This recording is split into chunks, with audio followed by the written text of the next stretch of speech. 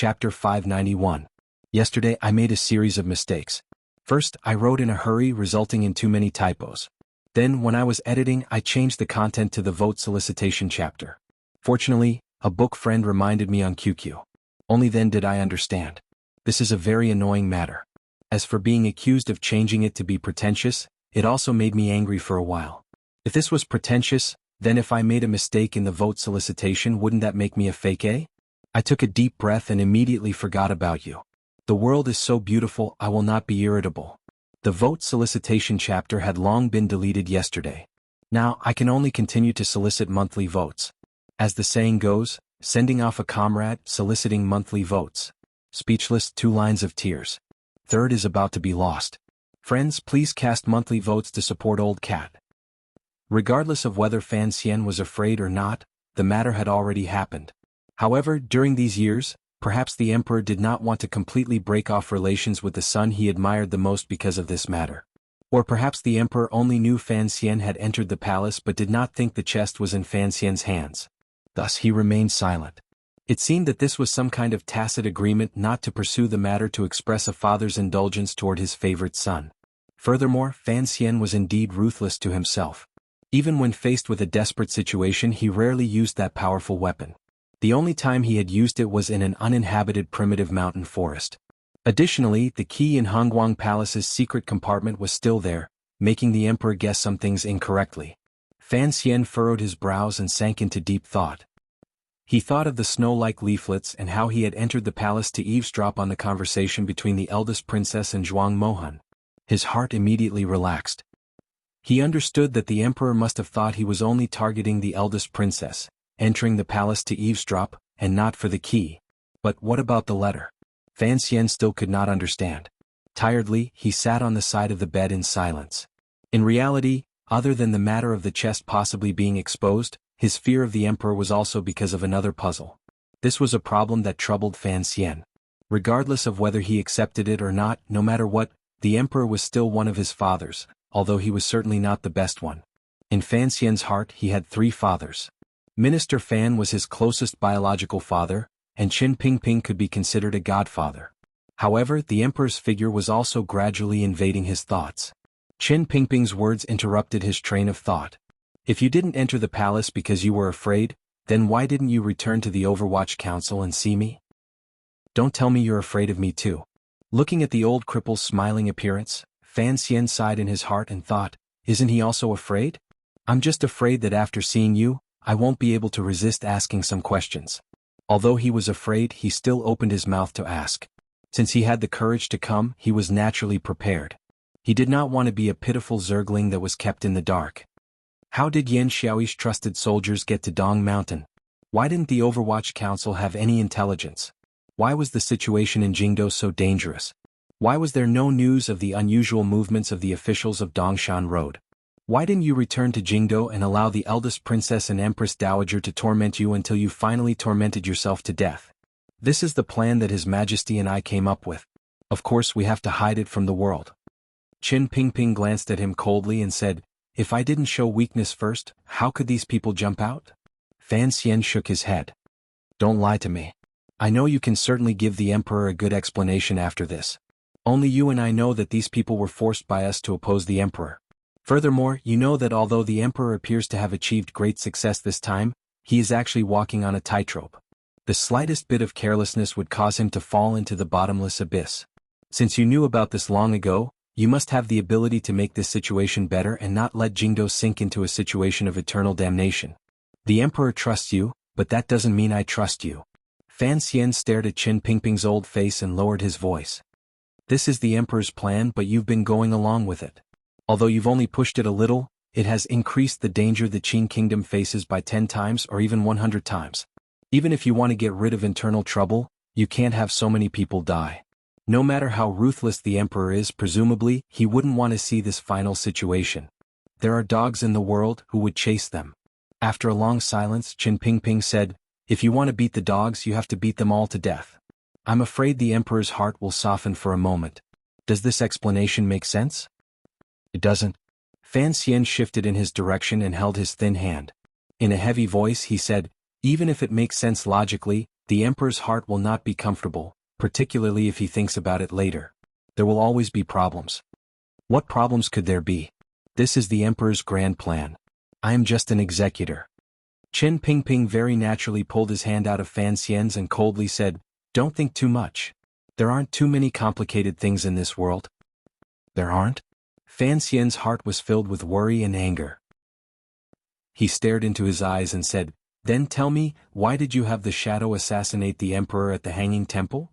Why did the old Qin master's body have an additional wound on the back of his waist?" Qin Pingping slowly raised his head and furrowed his brows as he looked at Fan Xian.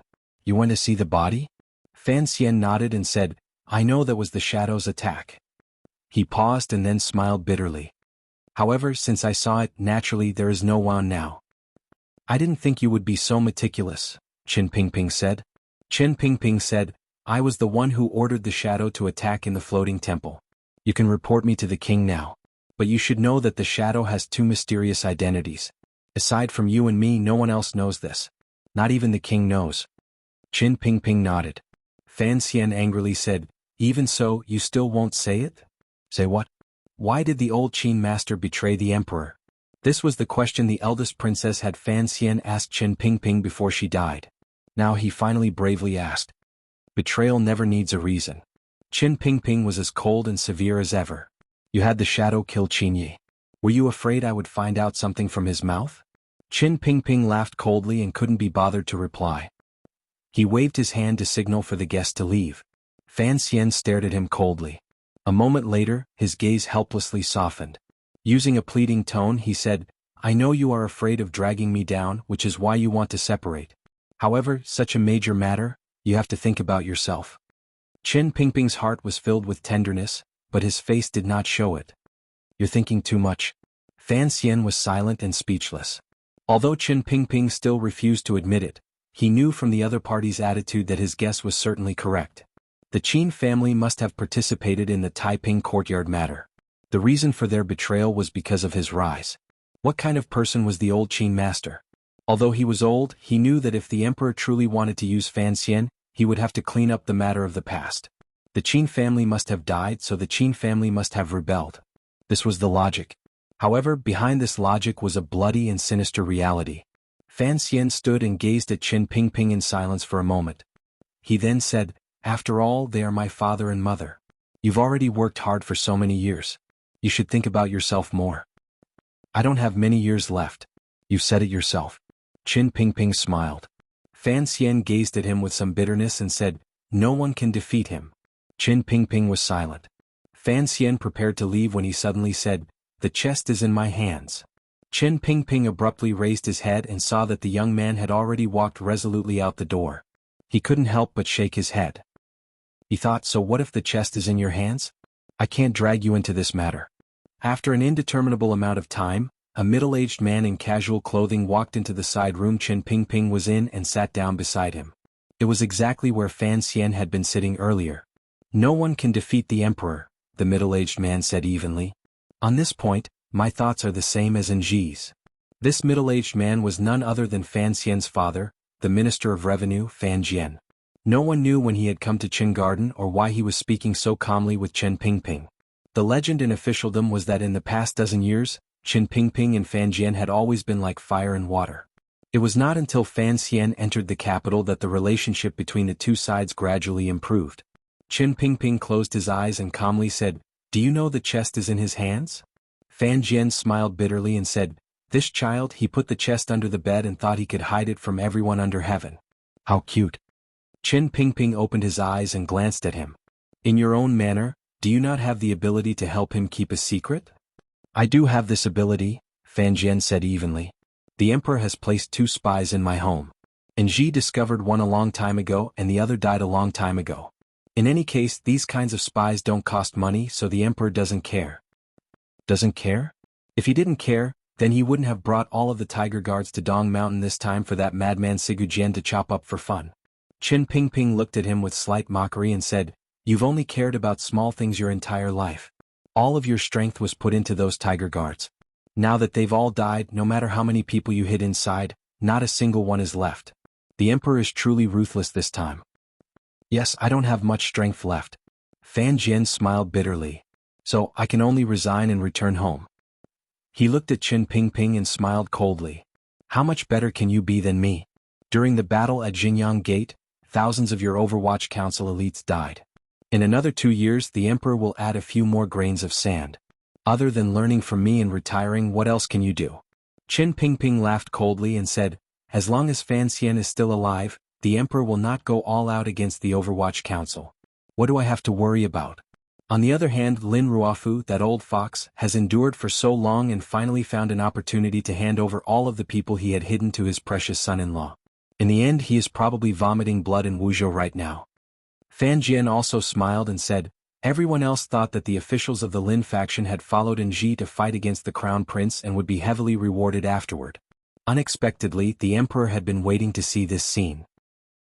Seeing the last of Prime Minister Lin's people jump out, even if they can't do anything now, how can they have a chance to turn things around in the future? External enemies and internal troubles have all been eliminated. He has also chopped off half of our arms. Fan Jian sighed. The Emperor can truly be said to be wise and mighty. He has exceptional talent in his heart. It must be admitted, just like when we began to follow him many years ago.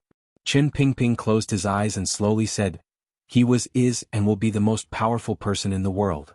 After a death-like silence, Minister Fan sighed and said, I hid in King Jing's manor in Jingdo because I was not worried about the situation in Jingdo. I had long seen that there was a problem with the Yi family. However, I had not thought that the Emperor was actually a great grandmaster. I had somewhat guessed at the Emperor's unfathomable power, Qin Pingping said coldly. However, I had not thought that Yi Luyun, that strange old creature, would suddenly stand on the Emperor's side. The two of us only guessed one side of the Emperor if... Minister Fan suddenly stopped talking. Qin Pingping knew what his old comrade was about to say and calmly said, there is no if. After that matter you were never willing to believe me and I was never willing to believe you. I never thought that the person I should have trusted the most might have had some problems. And Ji once said something, Minister Fan said. Minister Fan said, if you and I had more trust in each other, perhaps things would have been much easier. It was at that time that I knew this son of mine was extraordinary. We hid it so well, yet he was still able to guess this matter. He is the son of Xiao Yi and the Emperor. Of course he is extraordinary. Qin Pingping furrowed his brows. In his heart, he still had the highest respect and admiration for the Emperor. When did you guess that the Emperor was a great grandmaster? Minister Fan's heart was very light as he casually asked. It's been a few years. Qin Pingping's brows gradually relaxed as he thought of the events of the past. At that time, the Wei Kingdom was still standing in the center of the land. The power of the country was very powerful. When the Qin Kingdom first went on a northern expedition, the battle was very difficult, particularly in one battle. At the time, the Emperor, who was still the crown prince, was heavily injured. His entire body was stiff and unable to move, and he almost lost his life. It was all thanks to Qin Pingping risking his life and going through many hardships to save him. This was one of Qin Pingping's most famous deeds. It was as famous as the Thousand Li surprise attack and the capture of Xiao En at the price of a broken leg. Minister Fan furrowed his brows and said, what's wrong with that? We old people always thought that it was after that heavy injury that the Emperor lost his martial arts. Back then he was a fierce general. That injury was a bit strange, Qin Pingping slowly said. His entire body was stiff. It was definitely not caused by external injuries. Lady Ning and I took care of him all the way, so of course, we know that it should be a problem with his meridians. It seems that all his meridians were broken. We thought he was dead for sure and cried a few times. Who knew that he would come back alive in the end? I've never seen a person who can still live with all his meridians broken. Qin Pingping opened his eyes and looked at Fan Jian. Slowly he said, however, I later saw a similar person. It was your son. During the Hanging Temple incident, Fan Xian's meridians were also greatly damaged, but they were not as terrifying as the Emperor's in the past. Furthermore, later in Jiangnan he must have learned old Baldi Ku's skills and gradually recovered, Qin Pingping said. The Emperor did not have Fan Xian's good luck. He did not learn Tianyi Dao, so how did his injury heal?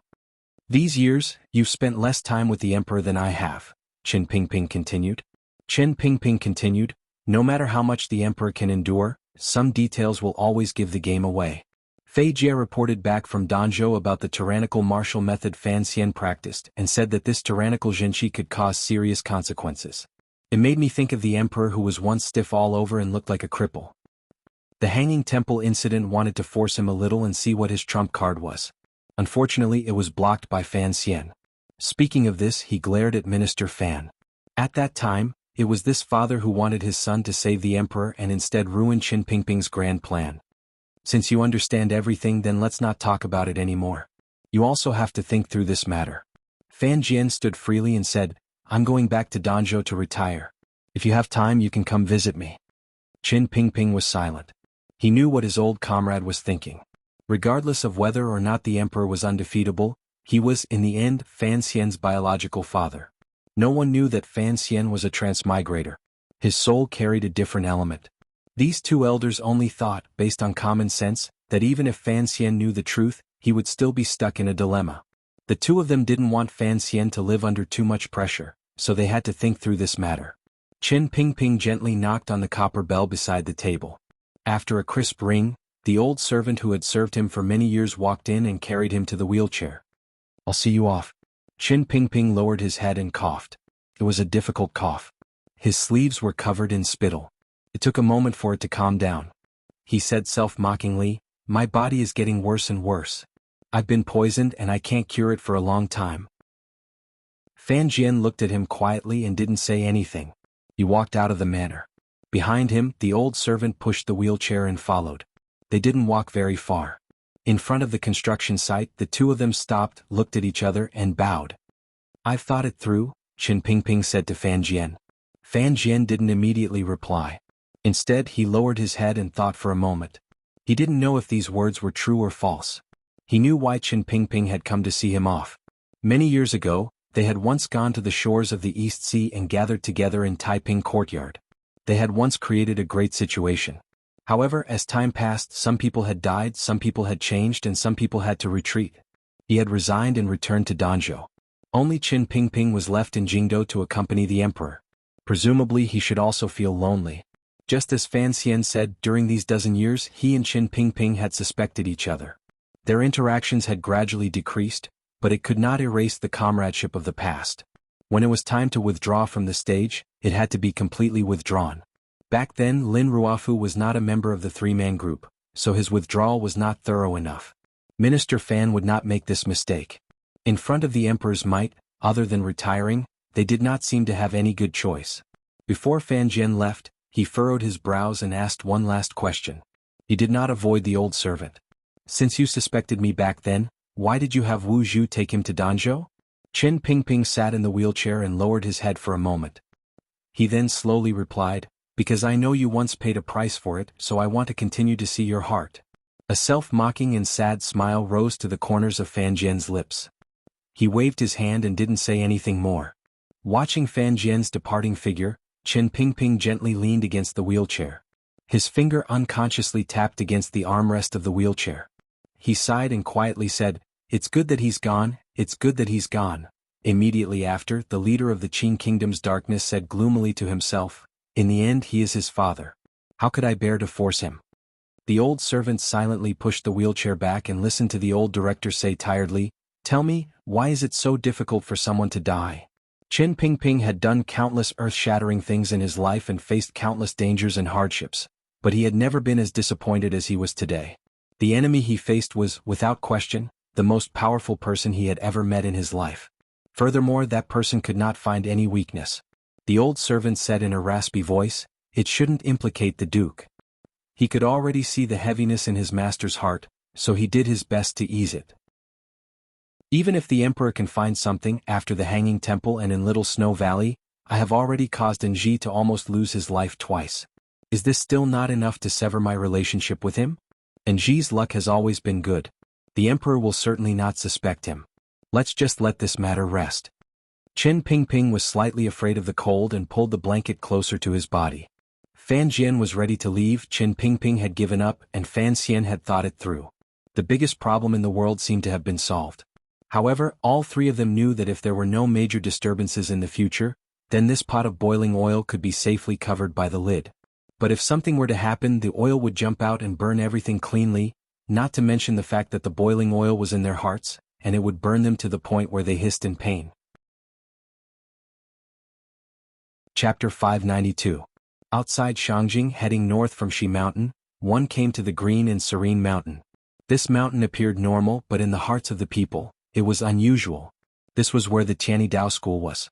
Master Ku He's disciples and grand disciples studied and practiced here. After they left the mountain, they pointed their swords at the world and helped the people in need. Now Qing Mountain was filled with sadness.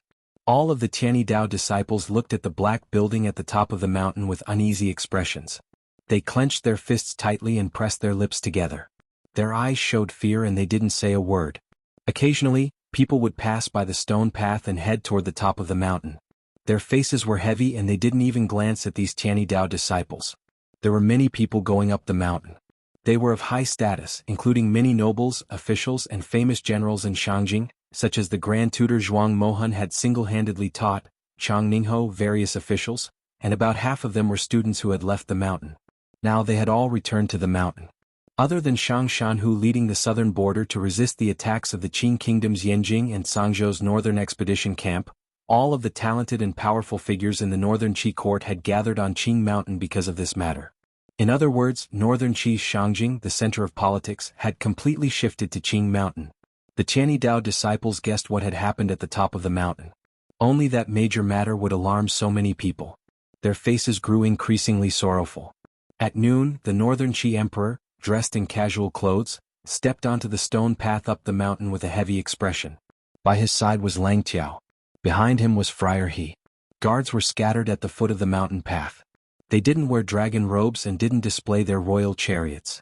Instead, they hurried up the mountain with dark expressions. The Tianyi Dao disciples knelt on either side of the stone path. They felt even more fearful. They knew that the protector of the Qi kingdom, the grandmaster closest to a god, was about to leave this world. On Dong Mountain, the tyrannical Jinqi that the Qing emperor had cultivated for decades poured into Master Ku He's body with the power of the way of the emperor. The accumulation of decades of cultivation was like an ocean. In an instant, it burst apart Master Ku He's old body. Being carried back into northern Qi territory by Shang Shanhu, Master Ku He sat cross-legged in the Qingshan Taoist school without a word. He had not eaten a grain of rice and his expression was calm. The skin on his body began to gradually split open, revealing the blood vessels and tendons within. It began to disintegrate. It looked very terrifying. Fortunately, a large, soft robe was draped over the great grandmaster's body, preventing the disciples who were serving him from feeling any more sorrowful. Since early in the morning, there had been an endless stream of people coming from Shangjing. The various nobles and officials all wore the etiquette of a disciple to pay their respects. After seeing Master Ku He, they knew that this should be the last time they would see the imperial advisor. The second disciple, Mu Peng, who had not been able to rest in peace even before his death, had been nervously adjusting his master's breathing. The expression on his face was somewhat vicious, but he could not say anything. The summons before his death was an order from Master Ku He. Each person only saw a moment. It was only when they saw the Grand Tutor that Ku He said a few more words. Ku He had protected this country for decades. Today he was going to leave. Even though he understood life and death, there was still something he could not let go of: this country. Today was his final farewell to this country and his final account. Regardless of whether the Grandmaster died or not, his words would certainly have a great influence on this country. Thus, he wanted to use his last moments to say a few words to these officials who controlled the northern Qi court. He wanted to lay a more stable foundation for the emperor's future governance. Ku He looked at the military general in front of him and unconsciously sank into some kind of deep thought. There was nothing wrong with the emperor's ability. It was just that he was still young. Although Xin Zhong had been executed and Shang Shanhu had submitted, if he truly died, would he be able to control the power of the military? The military general was the head of the Bureau of Military Affairs. After receiving a few words from the imperial advisor, he didn't hear any sound. He couldn't help but raise his head in fear to glance. In northern Qi, regardless of whether it was the royal family or the generals, they all had boundless respect for Master Ku He. Ku He was different from the Qing kingdom's Yi Luyun. From the beginning, he had spread his influence and power into every crevice in the northern Qi court. The second disciple of Tianyi Dao, Mu Peng, moved closer to his teacher's ear and quietly said, "The Emperor and Empress Dowager have both arrived. Should we call them in?" In the entire world, only Ku He had the right to call the Emperor and Empress Dowager. Ku He calmly shook his head. When the skin on his neck touched slightly with his clothing, there was a tearing pain. This kind of pain was, without question, something that humans could not endure. However, it was as if he didn't feel anything. He only furrowed his brows slightly. Mu Peng knelt to his teacher's left. Looking at the bloody marks on the back of his teacher's clothing, his heart was filled with grief. He couldn't resist crying. With this cry, the head of the Bureau of Military Affairs kneeling in front of Master Ku, he also felt sorrow. Adding to his fear for Northern Qi's future, his eyes grew wet. He knelt and crawled 2 steps forward. Fiercely kowtowing 3 times in front of Master Ku, he gritted his teeth and said, "General Shang Shanhu is in the south and I am in Shangjing. Unless we die, we will not allow the court to be harmed in the slightest. Even if we die, we will protect the emperor's safety." Ku He glanced at him with a gentle gaze and warmly said, "It's been 12 years since you left the mountains. The future of the Qi kingdom needs your heart and your life." The head of the Bureau of Military Affairs kowtowed again, gritted his teeth, stood up and left. As he walked out the door, his eyes were slightly red. Unexpectedly, he saw the ashen-faced emperor and couldn't help but sigh. The Northern Qi emperor had been waiting outside the room for a long time. Seeing his official's slightly red eyes, his heart thumped as if it had sunk into an endless abyss. Raising his feet, he charged into the room. Beside him, Lang Qiao pulled on his sleeve. The Northern Qi emperor turned his head and glared coldly at Lang Qiao. Unconsciously, Lang Qiao felt a glimmer of fear. Although the emperor had followed him to learn martial arts, he still did not have much talent in martial arts. However, the might of an emperor grew stronger and stronger. "You can come in." Master Ku He's voice faintly rang out from outside the room. The Northern Qi emperor tidied up his clothing. With a serious expression, he turned and led the Empress Dowager's hand into the room. Inside the doors at the top of the mountain, other than Ku He, who was sitting on the ground like a withered tree, there were only a few of his closest disciples, as well as the emperor and Empress Dowager. He was indeed like a withered tree. Although there was a wide and soft robe covering the great grandmaster's body, everyone who saw Ku He felt a chill in their hearts. It was as if, through the thin robe, they could see the cracks on the imperial advisor's body like a dry field, as well as the faint bloodstains on his collar. Such a heavy injury was indeed impossible to heal. The Northern Qi emperor's heart chilled. Without any pretense, he knelt cleanly in front of Ku He and kowtowed one last time to him. "Granduncle." Everyone under heaven bowed to the emperor. The emperor never bowed to anyone. However, the Northern Qi emperor had bowed to Ku He twice and kowtowed twice. The first time was when he was very young. At that time, the previous emperor had just passed away. The Empress Dowager had held the little emperor as they sat in the beautiful main hall of the royal palace in Shangjing and kowtowed to Master Ku He. Ku He had guaranteed the safety of the mother and son for over a dozen years. He had ensured that the Northern Qi royal family was surnamed War and allowed the little emperor to grow up. This second kowtow was the Northern Qi emperor bidding farewell to his granduncle. In his heart, he had always felt a sense of distance and fear toward this deified granduncle. However, he felt even more gratitude. The Empress Dowager sat by Ku He's side. She lowered her head and wept silently. "All right, who won't die?" Ku He lowered his eyes slightly and quietly said, "I have already lived for so many years. It can be said that I have benefited greatly from heaven. Everyone will die, and that person in the Qing kingdom is no exception." Ku He had not personally spoken of the truth of what happened on Dong Mountain. Shang Shanhu had only guessed a little and reported it to the royal palace in Shangjing. Hearing Master Ku He say this, the Northern Qi emperor's heart chilled. He knew that it was indeed so. His counterpart in the Qing kingdom was extremely powerful. Looking at the emperor's expression, Ku He lightly said, "Are you afraid?" The Northern Qi emperor pressed his lips tightly together. He didn't know how to reply. In his life, he had been the goal the Qing emperor had fought for. He even faintly saw the Qing emperor as his idol. He only thought that one day he would defeat the Qing emperor. Now he found that the Qing emperor's silent endurance these dozen years was all an illusion. Such a far-sighted emperor was much more experienced and ruthless than him. Furthermore, the Qing emperor was a great grandmaster. "Fear is a very normal emotion," Ku He faintly said. Ku He faintly said, "When his finger touched the space between my brows, even I felt a glimmer of fear. This person has the heart of an emperor and the strength of a great grandmaster. There is not a single weakness or opening on him. Most terrifying of all is his perseverance. For the sake of his goal of sweeping through the wilderness, he was able to plan for decades. He was single-minded and never made any mistakes.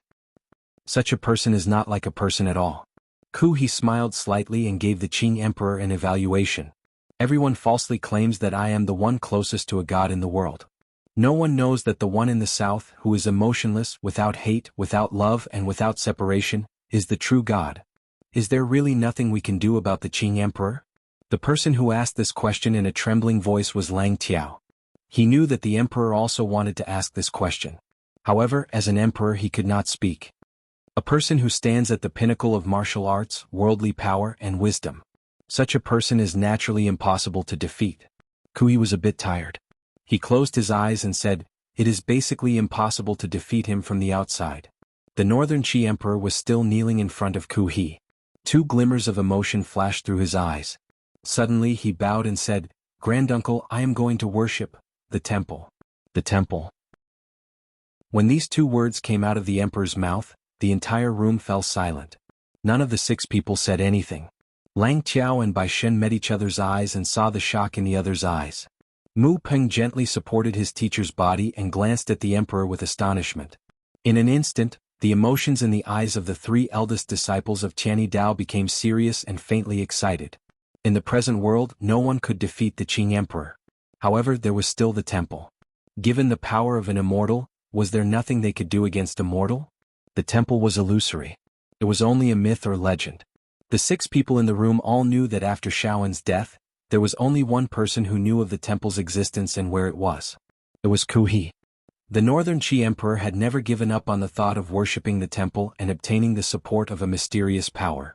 Back then he had wholeheartedly rescued and imprisoned Shaoen. He had even clashed head-on with Kui's faction because he wanted to know the secret in Shaoen's mind. The temple? Master Kui slowly opened his eyes and looked at the emperor kneeling in front of him. The Northern Qi Emperor had thought that his granduncle's gaze would be sharp and angry because the only person in the world who had been to the temple was him. Furthermore, he had always hidden the true existence of the temple from the entire world at all costs. However, there was only faint mockery in Kui's eyes, as well as the glimmer of a complicated smile. He knew, including his disciple, that when faced with the powerful Qing ruler, everyone unconsciously had the thought that they could not defeat him. That was why they had placed their hopes on the illusory temple. "I know where the temple is." Kui once again slowly closed his eyes. "But I won't tell you." Shock appeared on the faces of everyone beside him. They thought, if you are going to take this secret to the yellow dirt, how can the Qi kingdom be protected? Kui closed his eyes and quietly said, "The temple is just a pair of eyes. It has never interfered with the affairs of the world. Why disturb it?" Without waiting for anyone to reply, a self-mocking smile appeared at the corners of Kui's lips. "Besides, do you really think the temple is omnipotent?" He opened his eyes and stared at the emperor in front of him. With sincere and heartfelt words he said, "Don't place your hopes on something that does not exist in hope. Your Majesty, before I went to Dong Mountain this time, I met with Sigu Jian and made sufficient preparations for the situation at the top of the mountain." Kui looked at him and faintly said, "Do you know what we think the Qing Emperor's final trump card is?" The Northern Qi Emperor shook his head in confusion. Although he was a supreme being, he still felt fear towards strange existences like the great Grandmaster in the temple. "Sigu Jian and I thought that the Qing Emperor's final support was someone from the temple." Kui smiled warmly, but everyone else in the room was shocked. Did the Qing Emperor have secret connections with the temple? Kui smiled slightly and said, "If it was only someone from the temple, then there is nothing to fear. What we fear is that the temple will break its own rules. However, the Qing Emperor does not have the power to do this." No one in the world understood the temple better than Kui. Although his understanding of the outside world was only a shallow level, he understood that person. That was enough. The temple did not interfere in worldly affairs. If someone truly came to help the Qing Emperor, then the black-clothed blind man at the top of the mountain would certainly stand on the other side of the temple. This was why Kui had never worried about this matter. There are no immortal emperors or saviors in this world. Kui sighed and thought of the words that Immortal had once said to him and Shaoen many years ago. When you reach the realm of a great grandmaster, you will discover that the temple is actually nothing more than this. An existence that does not appear in the world is no different from a dead object. Although he was about to die, his light words revealed a calm and accurate evaluation of the temple. Then what should we do? Although the fire in the Northern Qi Emperor's heart still burned and he would not give up on the thought of finding the temple because of a few words from Master Kui, he knew he couldn't ask any more. Grand Uncle Kui didn't have much time. When a person cannot be knocked down from the outside, we can only hope that some problems will appear on the inside, Kui said quietly. If the Qin kingdom wants to send an army north, it will take at least 3 years.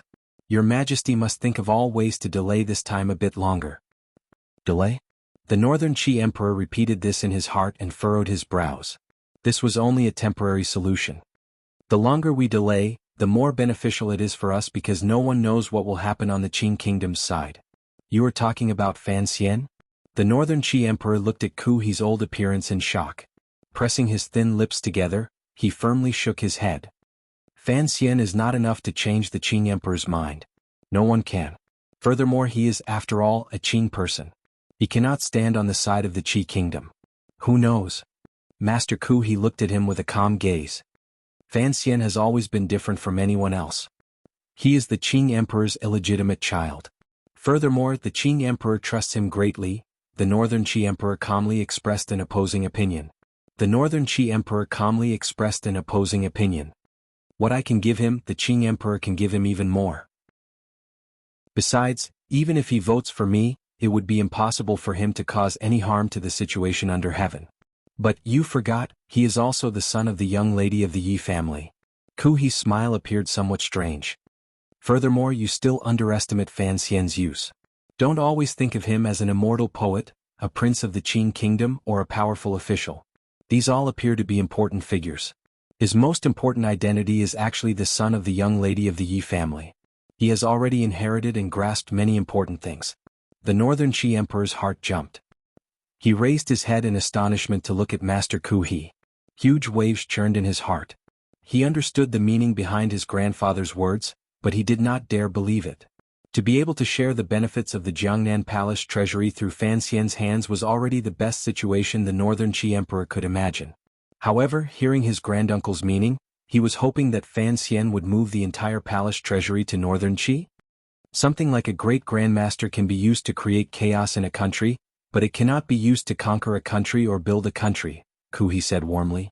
The Qing emperor will not go so far as to challenge the world alone. Military power and national power cannot be lacking. At the end of a war, it still relies on national power. Unless the Qing emperor runs to Shangjing and becomes the enemy of tens of thousands of people. Ku He's smile became amused. But he is such a serious person who wishes to write his glorious name in history. How could he be as crazy as Sigu Jian? The northern Qi emperor's lips were slightly dry. He still could not believe Ku He's judgment. Fan Xian, he refused to be a prince. What right did he have to vote for him? Was it because of the agreement between him and Haitang? Who would believe that an empty agreement with no proof would make Fan Xian pay such a large price? Everyone else was silent, listening to the conversation between Ku He and the northern Qi emperor. Ku He gazed at the emperor and quietly said, "Even if you place your hopes on Fan Xian, you cannot show anything in these 2 years." Understood. I will immediately make arrangements to act against Fan Xizha. Ku He nodded and felt gratified in his heart. The emperor was indeed extraordinarily intelligent.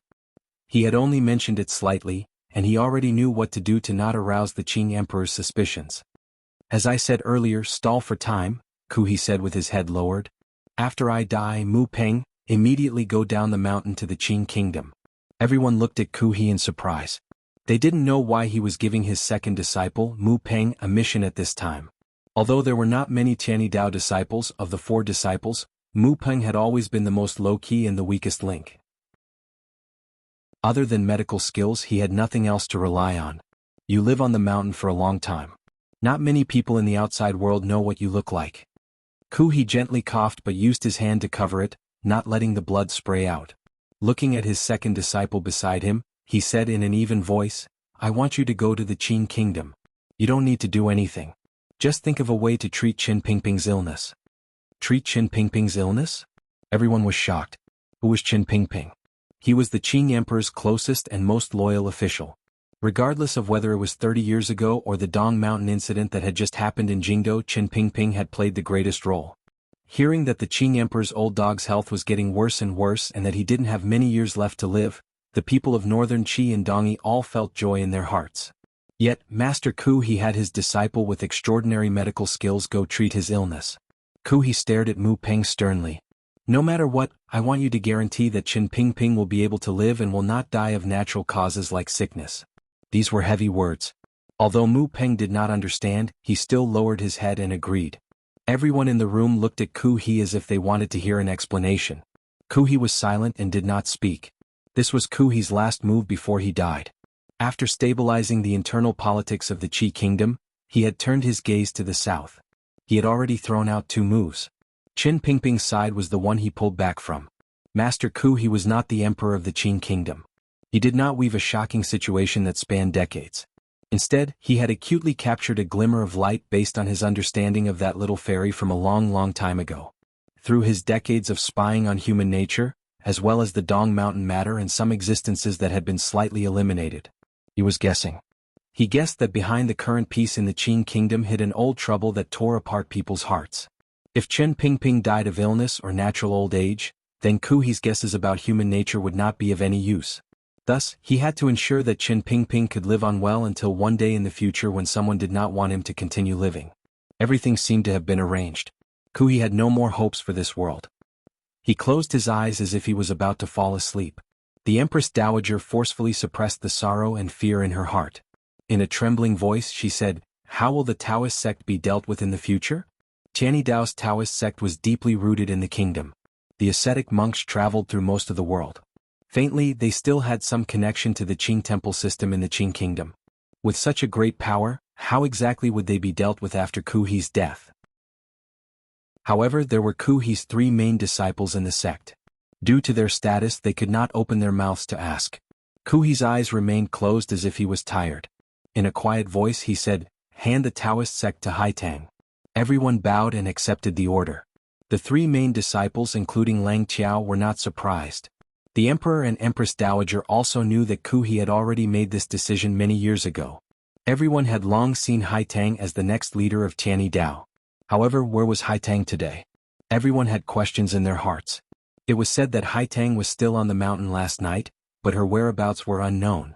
When Master Ku He was about to die, his most beloved disciple, the successor of Tianyi Dao, was not by the master's side. "Haitang has gone to do some things," Ku He said quietly with his eyes closed. "She will not return during these 3 years. The matters of Tianyi Dao will be handed to Lang Qiao, and this mountain will be handed to your little sister disciple.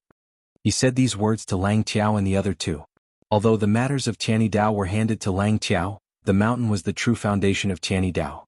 Little sister disciple? Lang Qiao and the other 2 disciples looked at each other. Was he referring to the young lady of the Fan family? The Northern Qi Emperor's pupils constricted slightly. He immediately understood the meaning of these words. He began to prepare in his heart how to use this matter. Suppress Xia Mingji and allow Fan Roro's name to shine brightly on the mountain. The imperial advisor was indeed skilled. The more he did this, the more the Qing Emperor would suspect that Northern Qi was purposely provoking him. On the contrary, he would not suspect Fan Xian. It would be safer for Northern Qi's last hope of survival. However, until now, the Northern Qi Emperor still did not believe that Fan Xian would one day come to his country with an incomparably generous dowry. After handing over all the mundane matters, Ku He closed his lips and didn't say another word. He calmly felt the life in his body flow away. Other than a slight sense of loss, there was also a glimmer of joyful understanding. It was as if everything that had happened these years floated before his eyes. In the end, those scenes stopped decades ago, on that seemingly endless patch of white snow. In his last moments, Ku He thought of the shrieking vultures in the sky and his subordinates who had fallen dead on the way. The never-ending night, the faint light in the tent in the darkness, the silent Xiao En, and the neatly arranged human arms at the edge of the tent. It was an incomparably majestic black-green temple built against the mountain. The blind man who killed his way out of the temple. The little girl who ran out of the temple. Human flesh was not very tasty. He had already lived for so many years and knew what the temple was like. What was there to be dissatisfied with? Just like this, the great Grandmaster Ku He sank into his memories and passed away with a complicated smile. On an icy plain to the north of Northern Qi, a girl wearing clothes woven from animal skin was using the man language to greet the people of her tribe. The girl's face was bright red and full of smiles, but a faint sadness and confusion appeared in her eyes. The continuous years of snowstorms made it impossible for the northern man to survive on this wasteland. Thus, the tribe that the famous General Shang Shanhu had been unable to subdue for many years began to move around the tall sky veins and toward the warmer south. Many tribes had already settled on the grasslands to the northwest of the Qin kingdom. However, they had paid the price of many lives to obtain the acceptance of their distant relatives. There were also some tribes as well as the old, weak women and women who lived on the ice and snow wasteland to the north. Perhaps because the number of tribes had decreased greatly, the small amount of prey was able to support these people's survival. Not long ago, a girl who was said to have been lost from the Ka-Erna tribe came to these tribes and began to follow everyone to hunt and herd sheep. Everyone liked this girl because she was diligent and capable. No matter how fierce a horse was, it could only be obedient in her hands. No matter how fierce a beast was, it seemed to be afraid of hurting her and would run far away. The simple and straightforward man people just didn't like the way this Ka-Erna girl walked. In such a difficult environment, that kind of wobbly walking method seemed to waste too much energy. Chapter 593. On the last day, the situation for monthly votes is too dangerous. If anyone still has monthly votes, please vote them for me. Thank you. The flowers in the forest withered, the red of the spring. The summer dream, the autumn wind, too hurried. It was another winter in the Qin kingdom. The temperature seemed to have dropped within a day. Snow began to fall on the Tsang Mountains in the west of the capital. The mountain tops gradually turned white. 2 small bouts of cold rain fell in Jingdo, adding to the chill. The people on the streets were wrapped in thick cotton robes. They rubbed their hands and walked with hurried expressions. The carriages coming and going on Tianhe Avenue exchanged blows with the ground, making an irritating monotonous sound. The horses all breathed out impatiently and turned their heads. It was as if they wanted the winter to end faster. In a black carriage, Fan Xian flipped up his fur collar and blew a breath of hot air into his hands. He tightened the fur cloak on his body and muttered a few words. He thought to himself that the winter had come too quickly. He had just come out of King Jing's manor. King Jing was sick, very sick. Hongqing was not in the capital. Rojiao was also young. Fan Xian could only take on the role of an assistant. Every day he went to serve the medicine, talk with him and relieve the king's boredom. Given his present identity, it was indeed inappropriate for him to do such things. However, Fan Xian knew the relationship between King Jing's family and his own. Furthermore, he had always felt some remorse toward Hongqing, so he was particularly attentive. He knew why King Jing, who looked old but was actually in good health, had suddenly come down with a cold. None of this had anything to do with the winter. It was only related to the severe cold in the royal family. The Empress Dowager had died, the eldest princess had died, and half of King Jing's family had died in this incident. The cruel reality had finally knocked down the flower farmer king. Coming out of King Jing's manor, Fan Xian did not return directly to the manor. He also did not enter the palace. Instead he went to Baoyue brothel. Today was the day Shi Chanli and Sang Wen returned to the capital to report on their work. He had to learn the most secretive information in the world from the mouths of these 2 trusted aides. After staying in the building for a while, Fan Xian looked over the information that Baoyue brothel had gathered from the tentacles they had spread all over the world. He furrowed his brows and looked at Sang Wen's gentle face. He looked at the beard growing on Shi Chanli's lips and sighed. There was nothing special about this information. It was similar to the Overwatch Council's. 3 months had passed since the Dong Mountain incident. The entire world had entered winter. As early as 2 months ago, news of Master Ku He's death had spread from northern Qi. The death of a great grandmaster shocked the people of the world, but it did not surprise Fan Xian too much. This was something that the emperor had already predicted. Fan Xian was only wary of what northern Qi would do in response to Ku He's death. During these 2 months, northern Qi had been very quiet. Other than Shang Shanhu continuously defending against the Qin kingdom's probing attacks in the south, there had been no major movements. Fan Xian lowered his head and smiled as he thought about it. If Xia Mingji's stronghold in Shangjing was not taken into account, the northern Qi emperor had finally taken action against Fan Xizha. It was said that the second Fan elder was living in fear and unease in Shangjing. However, Fan Xian was not worried at all. From his sister's letter, he could tell at a glance exactly what the little emperor wanted to do and express to him. What made Fan Xian uneasy was that Haitang Duo, this woman who had a close relationship with him and the successor of Tianyi Dao, had suddenly disappeared without a trace. No one knew where she had gone. Even the internal members of Tianyi Dao did not know. He did not know that a famous doctor called Feng Chun had already entered Jingdo and was beginning to make a name for himself. He had received the attention of the Imperial Academy of Medicine. Because of his northern Qi identity, he was still unable to enter the palace as an attendant. Instead, he was sent to the manors of various officials to demonstrate the emperor's favor. King Jing's illness was personally treated by Fan Xian, so Sir Feng Chun had never met Fan Xian. No matter how clever Fan Xian was, he would not be able to guess that, in the near future, Sir Fengchun would go to Qin Garden to carefully protect Director Chen's life at all costs. The chess moves coup he had made before his death were all loose pieces. On their own they did not have any effect. They only ensured that the internal situation in the Qin kingdom would continue to move step by step in a certain direction. Fan Xian was only worried about Haitang. He didn't know what coup he had told Haitang when he would see her, or with what identity he would see her. There was also something that made the entire Qin court feel fear. Kui was already dead. Northern Qi did not hold a funeral in secret. Instead, they held the ceremony with great fanfare. Hundreds of thousands of officials and commoners from various roads and provinces went to cry for the soul. The Northern Qi court did not seem to sink into a state of panic or unease because of Kui's death. Sigu Jian, who should have already died in Dongyi according to the Qing emperor's calculations, had stubbornly held on and not died. This sword saint's body was as valiant as a cockroach. Although his breathing was weak and his life hung by a thread, he held onto this thread tightly and refused to let go. The dying Sigu Jian was hidden in the sword hut. Although this sword saint had become a cripple, his reputation was still there. All of Dongyi seemed to have a pillar of support. Problems also began to appear within Dongyi. After Sigu Jian's death, the dispute between the master of the city's manor and the sword hut was perhaps about to surface. For the Qing emperor, Sigu Jian's life and death was no longer a problem. After his death, the ownership of Dongyi was the major problem. Fan Xian lowered his head and thought. Dongyi was different from northern Qi in the Qing kingdom. It was isolated by the sea and surrounded by vassal states. If Sigu Jian died, a ferocious beast would immediately become a delicious, tender piece of meat waiting to be cut. Regardless of whether it was the northern Qi emperor or his own emperor, neither would let go of this piece of fresh meat. However, he didn't know who the emperor would send to steal it. He raised his head and glanced at Shi Chanli and Sangwen. He briefly told Shi Chanli about the situation in the Jiangnan Palace treasury. Although Su Wenmao endlessly sent him secret reports, Fan Xian still trusted Shi Chanli's instinctive impression more. The production of the palace treasury continued to maintain high efficiency. With Fan Xian's strong cooperation, the old shopkeepers of the Seven Leaves gradually raised the level of the three workshops to the level of the old Yi family. Fan Xian's heart felt slightly more at ease. He had two knives in his hands. One was the Overwatch Council, and the other was the palace treasury.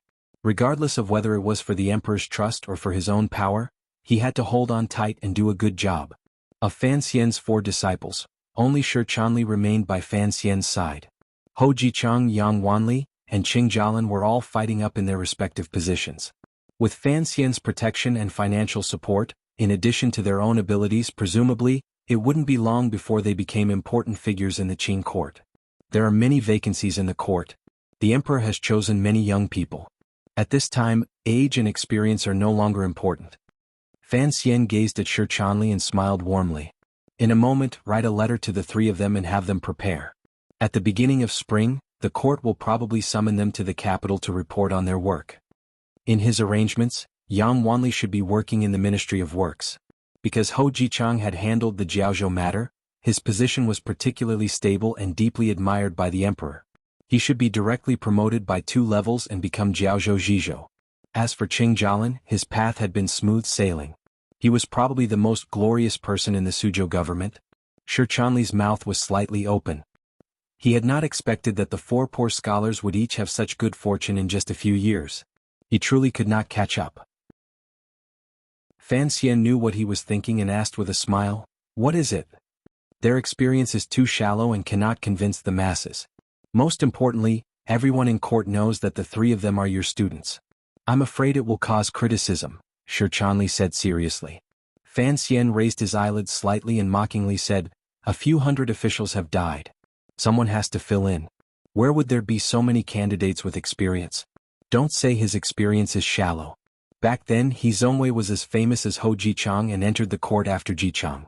Now, he already has the right to enter the royal study to listen to discussions. Is his experience deep enough?" He Zongwei was a name that Fan Xian had a deep memory of. Back then, in the restaurant of Yisher Tavern, he had met this seemingly honest young scholar. It was this scholar who caused many things in Jingdou in the future, such as his father-in-law being forced to tragically resign. This person was originally on good terms with Guo Baoquan, the son of Guoyu, the Minister of Rights. He was on the Crown Prince's side through and through. Later on, he became an imperial censor in the imperial censorate and began to advise the second prince. Later on, he switched sides with the crown prince. After switching sides twice, people finally realized that he was on the eldest princess's side. He was just following the eldest princess's wishes. However, during the Jingdo rebellion, it was this imperial censor of the left who led a group of imperial censors to run around naked. He gambled that the crown prince, Li Qingqian, could not bear to kill people and forcefully delayed the rebel army's entry into the capital for a night. This gave Fan Xian the opportunity to launch a surprise attack on the royal palace, control the center and reverse the situation in one move. Only now did people truly see clearly that He Zongwei was no one's man. He was only the emperor's man. He had always been. The emperor had returned to the capital and He Zongwei had been rewarded for his great service. He climbed up like a rocket. Although he only held his original position in the imperial censorate, he had the right to discuss matters in the Hall of Governmental Affairs. Anyone with a discerning eye knew that imperial censor he might one day take over the position of the already old Shu the scholar. His future was bright and immeasurable. During the turmoil in Jingdo, He Zongwei had helped Fan Xian greatly. Even though he was now in a high position of power, each time he ran into Fan Xian in court or outside, he was still incomparably respectful. There was nothing to nitpick about and appeared exceptionally humble. However, Fan Xian disliked this person. Perhaps it was because he had seen this person's burning desire for power a long time ago. Perhaps it was because he disliked this kind of person who sold others to climb up. Perhaps it was because he had once punched He Zongwei and he knew that someone like He Zongwei would certainly hold a grudge. Fan Xian was not afraid of He Zongwei. However, he had to be on guard because he was greatly admired by the emperor. Petty people were always more terrifying than noble people. Presently, the private discussion of He Zongwei in the officialdom was somewhat unbearable. They gave him the nickname of a traitor. Everyone felt that this nickname was very fitting. Not many people knew that this nickname had come from the Fan Manners study. Sometimes Fan Xian asked himself honestly. The things He Zongwei did were not more shameless than what he did. Why did he hate him so much? In reality, it was very simple. Fan Xian had once seen He Zongwei's burning and greedy gaze toward Ruoruo. Because of this gaze, he remembered him for a lifetime. He wanted to suppress him for a lifetime and make it so that he would never be able to rise again. I didn't think that right now, your sister would be singing in Qin Garden. Fan Xian glanced at Sangwen and smiled. He liked Sangwen very much. She was gentle, silent, and amiable. It wasn't that he had any romantic thoughts about her. He just felt that when he was with this woman he would feel at ease for some reason. It was just like when he was with Dabao. As for the Sangwen sister he spoke of, it was the woman who sang when he went to Qin Garden to see Qin Pingping. Qin Pingping liked Sangwen's voice very much. However, Sangwen had to manage Baoyue brothel and expand Fan Xian's grand plan to the entire world. It was impossible for her to stay in Jingdo for long. Thus, Qin Pingping, who loved to enjoy life, could only settle for the next best thing. He brought Sangwen's sister from Yanjing to Jingdo. Sangwen smiled warmly and said, "As long as the director likes it." Fan Xian sighed and thought of something else. Because of his appearance, he had already changed countless people's lives. Countless people had gathered at his side because of him. Even Sangwen's sister was no exception. Thinking of these people, how could he bear to quietly leave? However, there were people who could bear to leave. Fan Xian stood in the little courtyard with an unusually ugly expression. The disappointment in his eyes could not be hidden. The well in the courtyard was still there, the stone table was still there, the cotton curtains were still there, and the green shells were still there. However, the people were not there anymore. This was Wang Qinyan's little courtyard. It was hidden deep among the people in the western part of the city. It was not eye-catching. Fan Xian had once eaten many meals in this courtyard, teased old Wang's charming and shy girl, and played with the gourds on the shelves. However, none of this could come back. Wang Qinyan's family had already moved away without a sound. They had even hidden from the Overwatch Council's secret agents Fan Xian had stationed here to protect the Wang family. Wang Qinyan had this ability. Fan Xian never doubted this. From Qin Pingping's mouth, he learned the good news that Wang Qinyan was alive. At the same time, he learned that Wang Qinyan had left. He knew why Qin Pingping had sent Wang Qinyan away. Wang Qinyan had escaped from Dong Mountain. Regardless of whether it was in terms of Qing law or council regulations, he could only die. Fan Xian would not let him die. This was a thorn between him and the emperor. Furthermore, Qin Pingping knew that Wang Qinyan knew too many of Fan Xian's secrets. For Fan Xian's safety, he had to have Wang Qinyan leave. For some reason, the departure of such a subordinate made Fan Xian so sad.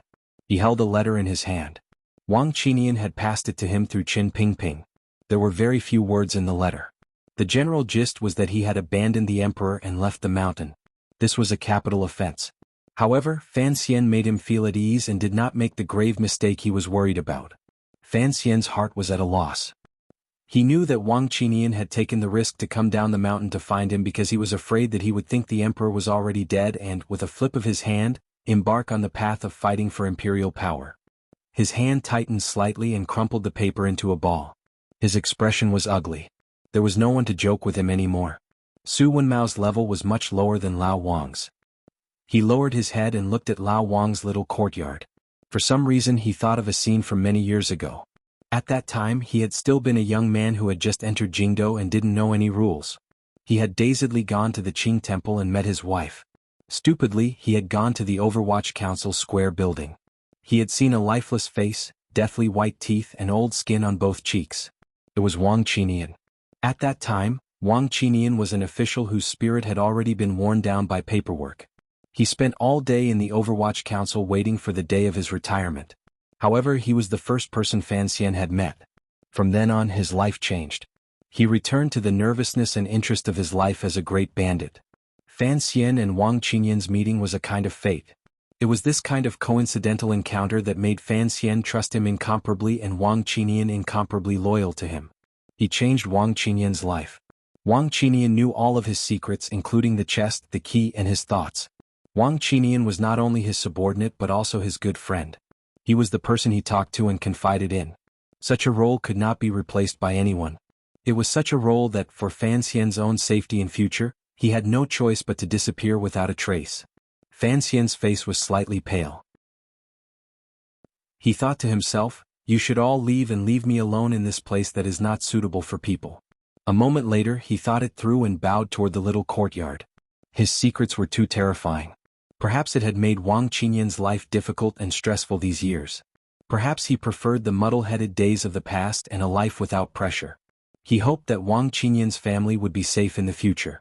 Fan Xian sighed and walked out of the courtyard. Turning his head to look at the silent Mu Feng beside him, he furrowed his brows and said, "Why are you pulling a long face? Your wife has already given birth to a second child. Do you still miss the daughter of Lao Wang's family?" After Wang Qinian left, Fan Xian had to have a personal attendant at his side. The most suitable candidate, Deng Ziyu, was far away in Shangjing in northern Qi, carrying out a difficult mission. Su Wenmao could not be moved in the palace treasury, so there was no other way. Fan Xian could only promote Mu Tai's nephew. After following him for a month, there was no problem with this kid's loyalty, but he was not as interesting as Wang Qinian. It was his unfamiliarity and inconvenience that made Fan Xian understand that Sir Wang Qinian was far from just a sidekick. His abilities were actually all hidden under his smile. Usually he just didn't see it. Thinking of this, his thoughts became even more faint as water. The rewards that had been delayed for 2 months finally came. Other than the civil officials who had filled in the empty positions at the beginning of the rebellion, the various people who had truly accomplished great service in quelling the rebellion finally received an edict from the palace. Yi Zhong was promoted and rewarded generously. He entered the capital as the head of the Bureau of Military Affairs.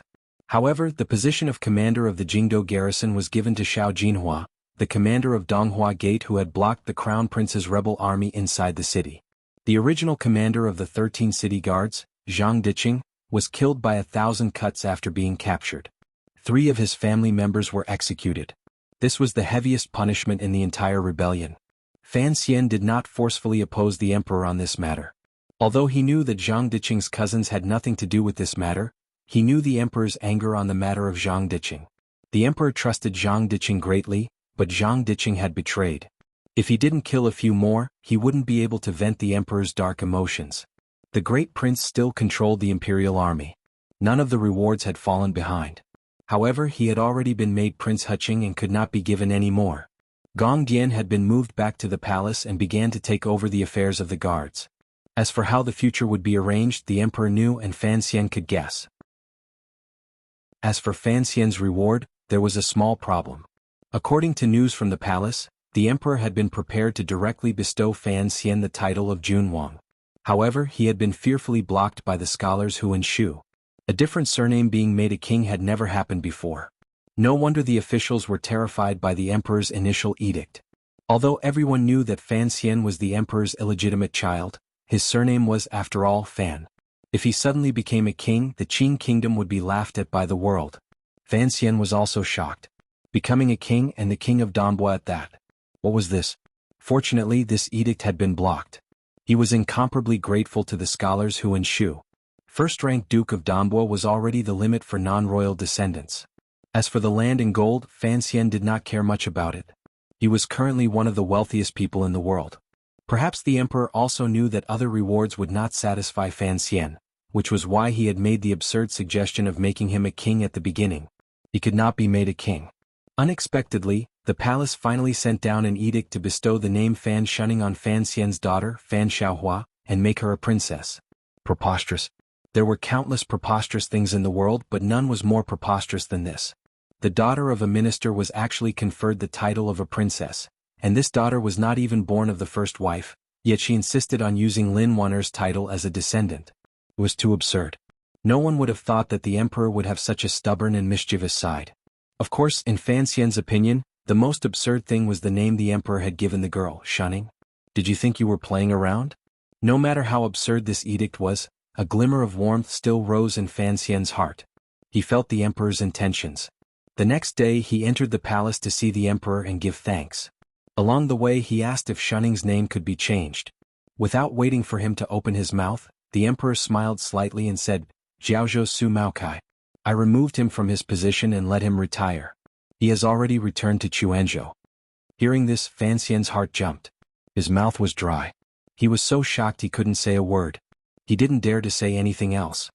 He kowtowed in thanks and silently returned to the manor. He thought deeply for a long time in the manor's study, calculating just what the emperor wanted to do and what he knew. He knew where Su Maokai had given himself away. From Dong Mountain to Danzhou, Su Maokai had helped him resist the Jiaozhou navy, landed on the shore and broken arrows. It was clear that he was one of his people. Before the Jiaozhou navy was trapped on Dong Mountain, Su Maokai had not sent any news to the court. Although the emperor counted all of this in his heart, he cared deeply about the heart of any official. It was clear that Su Maokai was loyal to Fan Xian and not to the court. After the matter, the emperor only needed to check Su Maocai's history these years to connect it to the once illustrious Quanzhou navy. If this had been any other time, it would have been difficult for Su Maokai to escape death. Fortunately, Fan Xian had always displayed unwavering loyalty to the emperor, including the Dong Mountain incident. After experiencing countless tests, he had finally obtained the emperor's absolute trust. This time he did not kill Su Maokai and did not say it explicitly. He only said he was letting him retire. This could be considered giving Fan Xian enough face. Fan Xian's heart felt a bit cold. He also felt a bit confused. Once again he sank into confusion.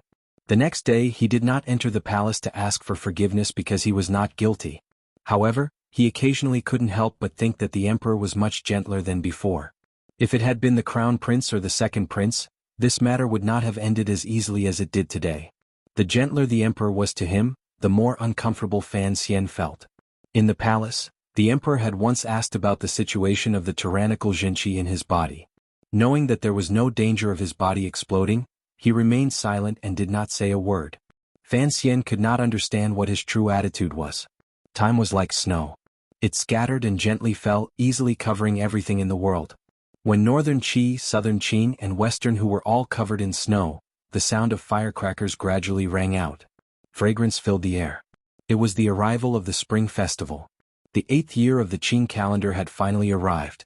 During the time of internal chaos in the Qing kingdom, regardless of whether it was the Empress Dowager who had been in power for a few days, or the emperor who had returned to the capital, they all resolutely used the powerful military forces in their hands to attack in all directions. They used such an overbearing momentum to intimidate everyone in the world. In the west, Li Hongqing was following the Western Expedition Army and coldly watching the movements of the Hu people in the wind and snow. After the Hu people's power gathered the elite of the northern man, they had become more and more powerful. However, the snow-covered plains made everyone resist the harsh nature. No one was in the mood to fight. They had to wait until the first spring grass grew and the Hu people's horses gained their first layer of fat before the Hu people would once again come to Shiliang Road in the Qing kingdom to carry out the routine that had lasted for 100 years. The entertainment that had been banned in Jingdo for a month because of the Empress Dowager's death was finally lifted. Perhaps it was to show that the Qing kingdom was still singing and dancing, but the emperor continuously issued a number of benevolent edicts. Dances danced, horses galloped, firecrackers rang, red lanterns hung high, and Jingdo was a fiery red. On the first day of the new year, Fan Xian was brought to the palace by the emperor. He ate a meal and missed the important event of the Fan clan. After another 2 days, Fan Xian finally escaped and brought his entire family to a place on the outskirts of Jingdo. This place was completely different from the festive atmosphere of the new year. It was shrouded in an oppressive, sorrowful, and gloomy atmosphere. This was a cemetery, a new cemetery. The emperor did not allow the bodies of the people who participated in the rebellion to be taken away by wild dogs. Instead, he gathered them together and buried them in one place. He also did not restrict relatives from coming to pay their respects. This edict touched countless people. A few tombs of clearly different styles and sizes were on the hill. Fan Xian held his daughter with Lin Wan'er and Cece behind him. He stood in front of these tombs and turned his head to look at the wisps of green smoke rising from the cemetery below. He was silent. Before they came here, they had already gone to another tomb to pay their respects to the subordinates of the Overwatch Council and imperial soldiers who had died in the Jingdo Rebellion. Fan Xian did not go to the royal mausoleum, although the Empress Dowager was buried there. He came directly to this side and came to the top of this hill.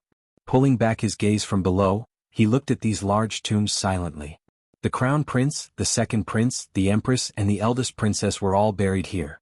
No matter how benevolent the emperor had become, he would not allow these people to be buried in the royal cemetery. However, this place was facing the water and mountains. It was also a place with good feng shui. Additionally, it was far from the green smoke below, so it could be considered quiet. Putting down the joss paper and incense he had bought, Fan Xian stood in front of the 4 large tombs and bowed. He then followed Lin Wan'er to kneel in front of the eldest princess grave and kowtowed twice. He then held little Hua-er to show to the people in the grave. In order to ward off evil, he rubbed some wine between little Hua-er's brows. The spiciness made the little girl cry. Fan Xian raised his brows and looked at the stone tomb in front of him. He thought to himself, "My mother-in-law, please don't let little Hua be as strange as you." Seeing that Wan'er was still kneeling on the ground burning joss paper, Fan Xian did not disturb her. Instead, he walked in front of the crown prince, Li Qingqian, and the second prince's graves. Looking at the 2 graves, he couldn't help but quietly recite, "Even if there is a 1,000-year iron threshold in the end, it is still a dirt bun." There were 4 large and hard dirt buns there. Fan Xian looked at them in a daze. His emotions were complicated. It was not until now that he realized that the blood of the Li family not only flowed with madness and perversion, it was also brimming with pride and unyieldingness. He looked at Li Qingqian and the second prince's graves and sighed in his heart. The Li brothers were truly unyielding, much stronger than him.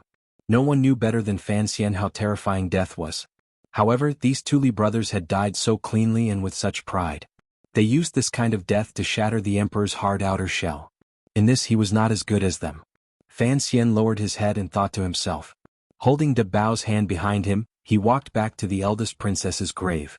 Looking at Wan'er's tearful eyes, Fan Xian was silent for a moment. He then pitifully crouched down and wiped the corners of her eyes.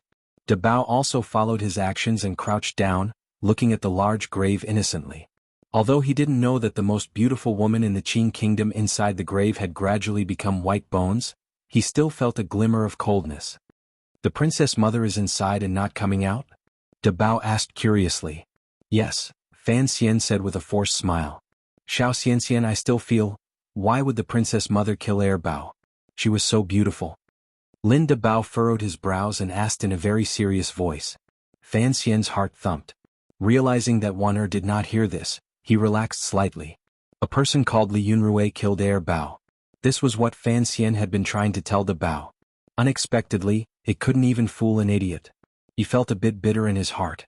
However, he was unable to explain to De Bao whether a person was beautiful or not was often not the same as what she did. For example, his princess mother and his Xiao Xianxian. The great prince suddenly appeared behind Fan Xian and the others. The third prince went forward and respectfully bowed to Fan Xian. He then affectionately stood by De Bao's side. Fan Xian furrowed his brows and looked at the great prince. "Why have you also come?" After all, the identities of the people buried in the 4 mud buns were too special. Coming to pay respects was too sensitive. The great prince glanced at him with a cold expression and said, "The people buried here are also my brothers." Fan Xian was speechless and said with slight worry, "I'm just afraid that the emperor will not be happy." The great prince was suddenly silent. A moment later he quietly said, "Father has also come." Fan Xian was startled and abruptly stood up. Turning his head, he gazed toward a certain spot on the hill. He saw that in the chilly winter forest, there was a figure moving about. A middle-aged man wearing bright yellow clothing was looking at the 4 large graves on this side. Although there were countless guards in front and behind him, he looked very lonely. That night, Fan Xian held a banquet in the manor. Yesterday his father had already resigned and left for Danzhou. Lady Lu had also followed. Presently only Fan Xian and his family were left in the Fan Manor. It appeared particularly lonely. The banquet Fan Xian held was hot pot. He drank Wuliangye produced by the palace treasury. The guests he had invited were the great prince and third prince. When the hot pot was placed in front of him, Fan Xian seemed to finally understand why he could not forget it since Jiangnan. His heart was empty and he could not find a clue to his thirst. It was spicy. After eating a mouthful of hot pot, it was so spicy that his head was covered in sweat. It was good. He drank a mouthful of strong wine. It was so painful that his throat was dry. The remaining wine in the pot was gone. The great prince was drunk and lying on the table. No one knew what he was talking about. The third prince was also given 2 cups by Fan Xian. He went to the guest room and lay down drunk. There was only Fan Xian left. Under the cold moon of the winter night, his hand held the wine cup. His eyes were blurry. The spiciness was unbearable and the pleasure was unbearable. It was as if tears were about to fall. She sat alone on the roof behind him, facing the bright moon and listening to Fan Xian's drunken poem. She was silent. It seemed that even the black cloth covering her eyes was thinking about who she was. Why did he feel something that he had never felt before when he listened to this song? Fishing terrace, wild gull guess for 10 years. White clouds come and go and green mountains remain. Drink to your heart's content. He owed Yi Zhou for his talents, violated Lu Ruan's prohibition on drinking, and repaid Li Du's poetry debt. Suzhai laughed at me and I laughed at Suzhai. Returning in the evening, the wild apes on West Lake Mountain mourned. 20 years, how many romantic freaks, flowers blooming and withering? On the cloud-gazing platform. The sleeves of the stars to pacify the country broke the Yenyue bewitching stronghold. Suzhai laughed at me and I laughed at Suzhai. It was for the joy in front of the palace. Chapter 594. The battle for third place is too urgent. I'm only a few dozen votes away and I can be overtaken at any time. If anyone still has a monthly vote, please vote. Just at the VIP monthly voting section of the book page. Please. Today is the last day of August, and also the last chapter of Pleasure Before the Palace. The end of this volume, just like the chapter on Ancient Path, is the chapter I'm most satisfied with. After that, it will be the beginning of the next volume and the beginning of the last volume. This month is the month after the new book month. I've written the most and everyone can see that it's the most exhausting month I've written. At the same time, I think it's the best month I've written. Just like what Mo Wu said in his book, the things you write must be worthy of yourself and everyone else. For the story of the year of Qingyu, I can be worthy of myself, and I think I can be worthy of all the readers who have subscribed and voted for it. This is the reason why I sincerely ask for monthly votes. Chapter 595. End of Volume 6, Summary in some words, please read it for free. First, I want to express my gratitude to everyone for using the votes in your hands to kick me to third place. This is the most intense month since the start of the new book month. I've been in the top 3 before, but not as nervous and excited as I was yesterday. Perhaps only when people start to want something will they start to value a certain goal. I let out a long sigh. I reached my goal last month completely because of everyone's support. I'm really grateful. 7,949 votes. That was a record in the year of Qingyu. It was doubled in May, but it was still only around 8,000 votes. It was really difficult for me to imagine that I would be able to get so many votes. Perhaps it was because I was getting votes more frequently and being more shameless? Perhaps my frequent canvassing for votes would make some of my dear readers feel a little unhappy. I apologize in advance, but it can't be helped. In Jianghu, people can't help themselves. Just like the little girl on the bridge, she stretched out her hand out of habit. Handsome, buy your girlfriend a flower. Everyone is handsome, so I have to reach out my hand for votes. I have to admit, the ranking on the monthly votes is related to the prize money, but not only is it related to the prize money. There is also a sense of satisfaction and vanity from being recognized, and I am indeed very vain. This is not an excuse. Speed and passion are like this. A fat man can only burn fat but not the universe. I can only say my thanks again and promise to write more seriously in the future. After saying my thanks, I got to the main topic of the day. After solving the third volume, I have to write an epilogue for every volume. It can be considered a summary and chat with everyone about the content of the volume. This was announced to everyone the day before yesterday, so please take some time to read it. Volume 6 is the longest volume with a total of almost 1,000,000 words. It can really be described as vast and endless, long-winded, like the eldest princess foot binding. It was clear that the 6th volume was the most important volume of the Qingyu year. Because in this volume, all the traps buried in the previous volumes had been stripped of their disguises, and all the power they had accumulated exploded. The people hidden in the dark had all jumped to the front of the stage, and those who were alive or playing minor roles had all died. In the first chapter, before Wu Zhou's son-in-law, when I finished the 2 songs, I was very excited. I wanted to shout, "Something big is going to happen." There were at least tens of thousands of people who had died in this scroll. If only those with names were counted, there were still quite a few. It was truly a tragic scene. Ever since I started writing, I had never written about so many deaths. In the Vermilion Bird Chronicles, Tianxing's massacre of the heavenly soldiers always gave people the impression that he was waving light dots around. Of course, that didn't count. Many people had died and we had to arrange different ways of death for them. We had to make sure that their deaths matched their personalities. It was a very painful thing and I was very tired from writing. Particularly for the commoners who had died unjustly, they could not be easily explained away. Dead people also needed to be respected, particularly people like Ku He and the eldest princess. As for the ingenuity and pitfalls, it was not tiring to fill them in, because this was the content that had already been prepared when the first volume of the Qingyu year began. Speaking up to this point, I would like to explain a little. This is because a small number of readers think that the emperor transforming into a grandmaster is a cheat, and that the transformation is too sudden. There are even more unkind comments that say that I am too lazy to write an outline, so I write whatever I want, and when I see that things can't be solved, I let the emperor transform into a human. I scratched my head. No, I really did write an outline and I wrote a detailed outline, haha. Perhaps there was a problem with my ability, but there was no problem with my attitude in writing the Qingyu year. I carefully thought through each step before I continued. It was just like the emperor's true nature, the arrangements of these few years and even a dozen years.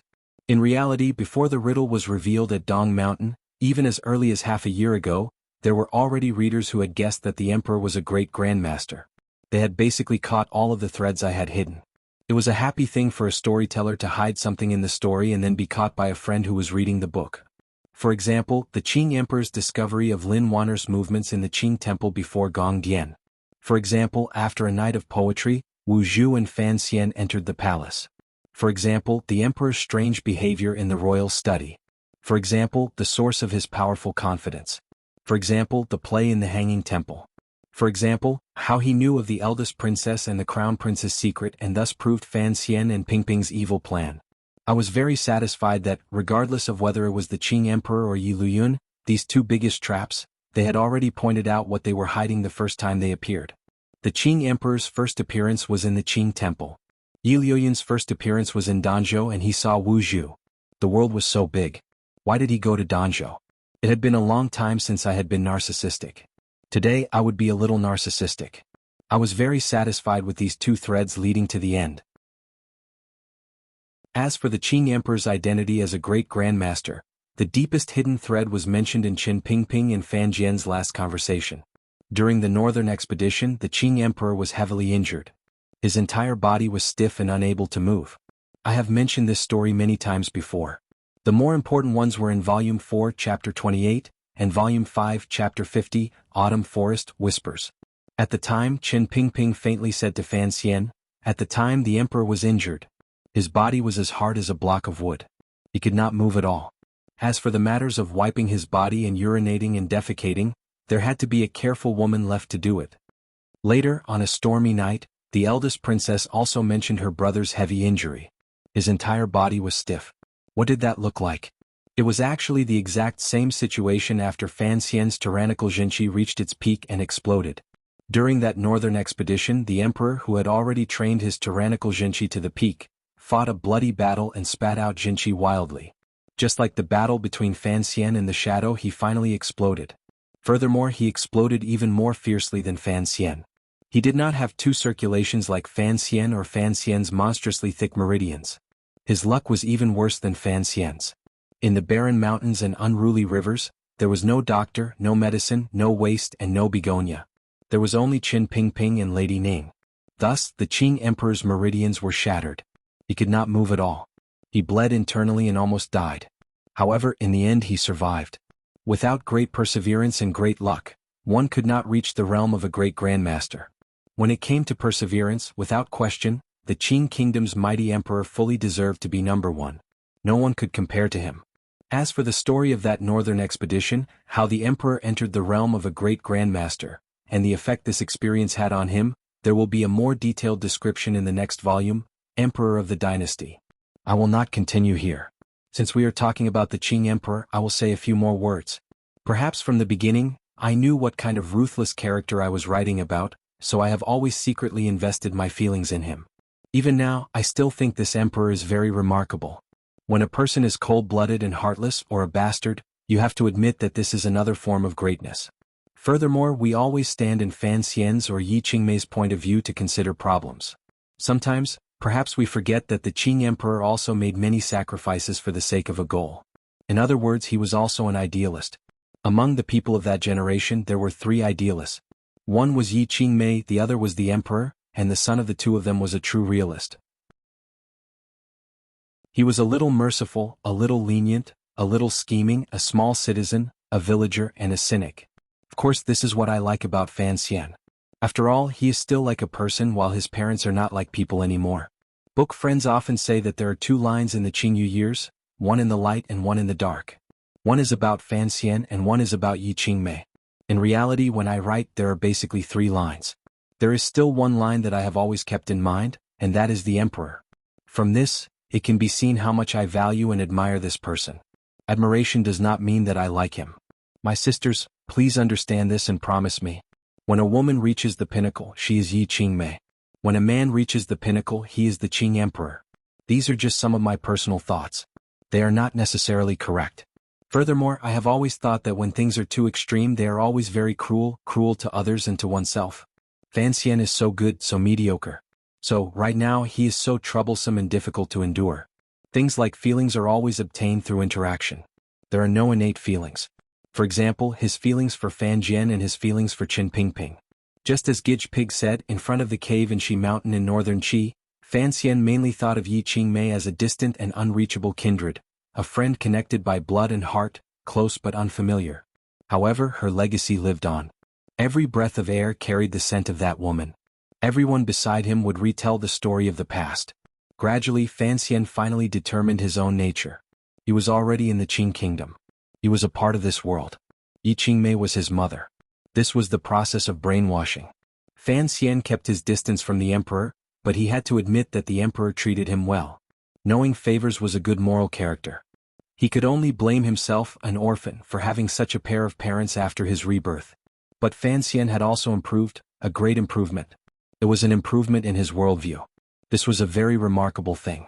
In terms of age, he was already a middle-aged man, yet he was still able to continuously revise his ideals.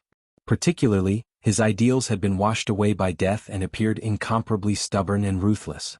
In the meadow he stood up. In life he should also stand up. He should gradually understand that life will always end. Some existences in life may be more important than life itself. Many people died in this volume. It is truly a sad thing, but I won't write anything to mourn those pitiful people because it is already written in the book. A few days ago I saw a blog. The girl who wrote the blog, it should be a girl, right? Wrote a long review after Dong Mountain. At the time I remembered it. Later I saw people transfer it in the book review section. Thank you very much. In a moment I will move it to the public area for everyone to take a look. I sighed again. Writing this volume was very tiring, particularly the last dozens of chapters. It was truly beyond my expectations that I had written so many words in August. Sometimes I found that some sour words were right. After writing for a long time, it was no longer me who controlled the story, but the story that controlled me. The people in the story had their own thoughts and were not controlled by me at all. Then they had the desire to act and speak, and they used my hand to beat it out. That is why I wrote so quickly last month. It was because of this that I couldn't resist writing one paragraph after another. Perhaps it was because I had feelings for the characters in the story. Fan Xian had stayed in that world for a long time, so he had love. I had written about this world for a long time, so I also had love. Regardless of whether it was Vermilion Bird Story or Qing Yunyan, the latter parts were better written than the former.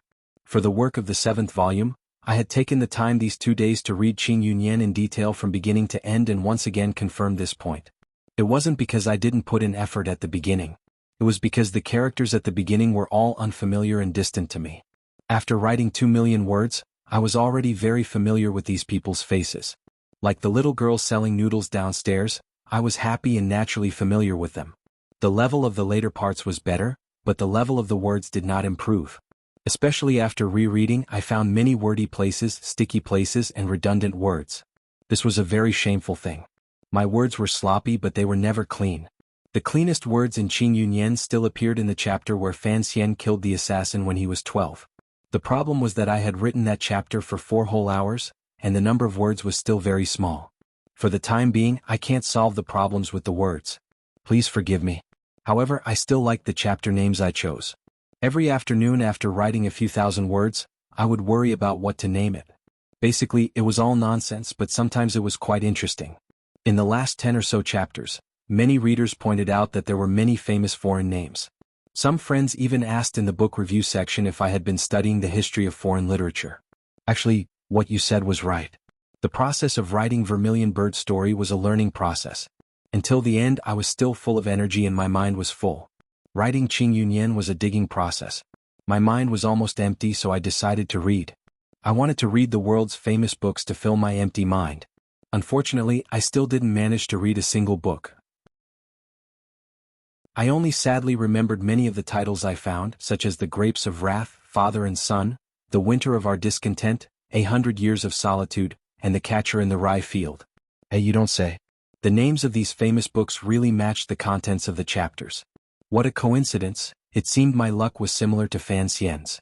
Although I couldn't read famous books to improve myself, stealing so many names helped. If I wasn't reading famous books, what was I reading? Of course, novels from Qidian. I read a lot of novels. You can see on the rankings I basically read them because I like to read. This was the starting point of my writing. Yes, it was time for the book recommendation at the end of each paper. Of course, I won't talk about the old books because everyone on Earth knows about them. I'll just talk about the books I liked in the past few days. The first book is called The Ordinary Life. This is my favorite in the past half a year. Warning, it's a book for girls. Don't read it unless you like it. But I want to strongly recommend it to everyone. It's not just light, not just the irrepressible mockery at the beginning, not just the detailed descriptions, the key is the portrayal of the characters, the fluency of the writing, and the most alluring fantasies at the bottom of the words. Shunning is the most suitable character to be a daughter. That's why Fan Xian named his daughter Shunning, because I hoped that Xiaohua would be like Shunning. Wan Ning is the best character I've described in the books I've read in Qidian. Who does she resemble? Like Dingya, Li Shiming, Shi Xiongzi, Li Xiaoning, these seniors in the long river of history. In Qidian novels, there are very few characters that make you like. I can't say it, but it's good. And I always thought that the boy that the author wanted to make fun of at the beginning didn't die. That's what I firmly believe. My friend especially insists that Shunning is the best match for CC, and he went to make a lot of noise. But I think that unless this CC isn't the CC, then we should just forget about it. Coincidentally, the second book I recommend is my friend especially Bai's new book. He's written about Shaolin monks and evil Ming. Now he's writing about the fish Qi. He always goes the hard route, and it makes people like me feel a bit of pain. I want to read about love and ambiguity, these urban things, but he wants men to go to this extent. The Fish Qi should be published today. The story is really hard. If everyone wants to read something straightforward, then read this book and train your spirit. The third book I recommend is Chaotic Clouds, student Chui Hua's new work. The quality is guaranteed. Chui Hua is Ning Chuiya. That guy is finally back. Yes, of course this book has very few words. If I recommend it, it will certainly attract discussion. But I have to admit that I've been reading this book since the beginning.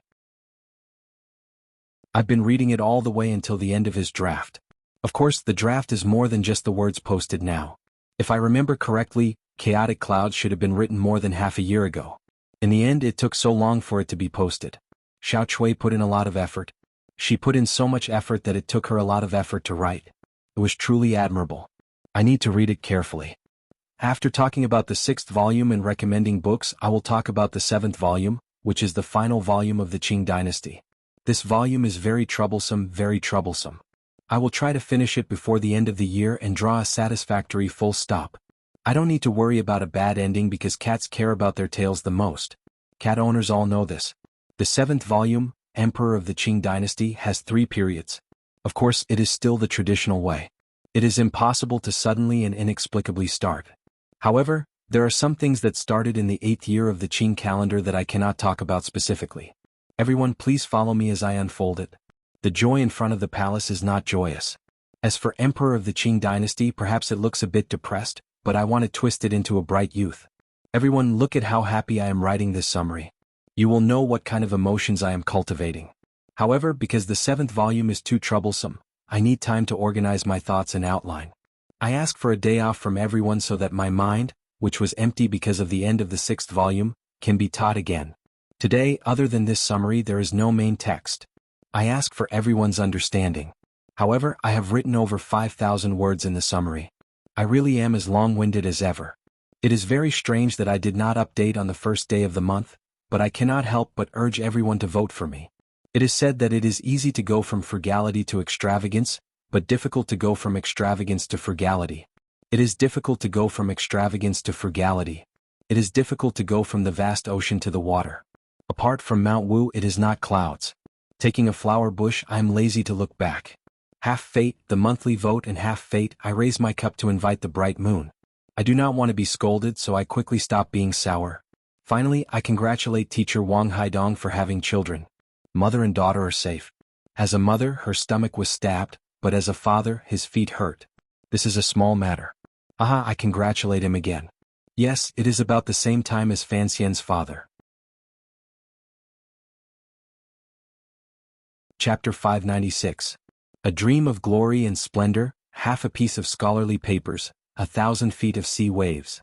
Horse hooves shatter the frost of the forbidden street, listening to the rooster sing several times. Dust and clothing, the heart of the Jianghu. Out of the royal phoenix net, Mui Qi Shouyang, sighing that Han Peng did not end. Early in the paper, the demonic form. Yuan Wang Yuan Heng, the emperor of the court, as the inscription. The clouds in the sky were like wet cotton, ready to squeeze out water at any moment. They were also like large lead ingots, heavy and not something the air could hold. They were probably going to smash into the world in the next moment. Rain was already trickling down from the leaden clouds and dripping to the ground. No one knew when it would become a torrential rain. Song Shuren, once the best litigation master in Jingdo and nicknamed Rich Mouth, now had white hair at his temples. His features were no longer as free and at ease as before. He was much more steady. He gazed calmly at the sky. No one knew what he was thinking. A moment later, he pulled back his gaze and sat in a chair, feeling a bit tired.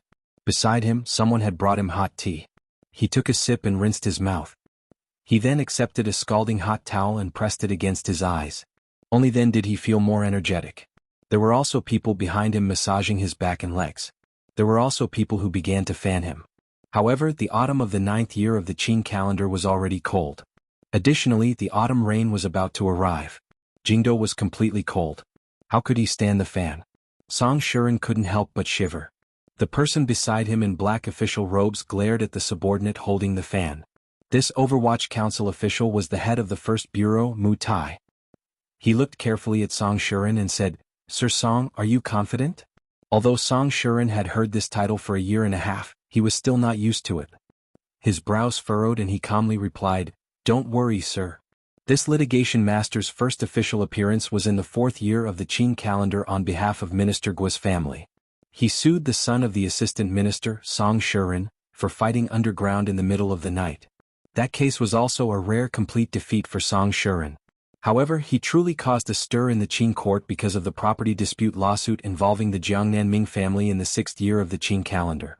In that case, relying on the Overwatch Council Commissioner Fan Xian's strong support, Song Shuren spent half a year in the Suzhou government. He demonstrated everything he had learned in his life to the fullest.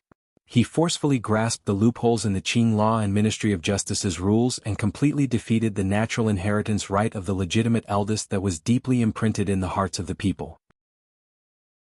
This Ming family property dispute lawsuit was truly in Jiangnan, aimed at the Jingdou royal palace.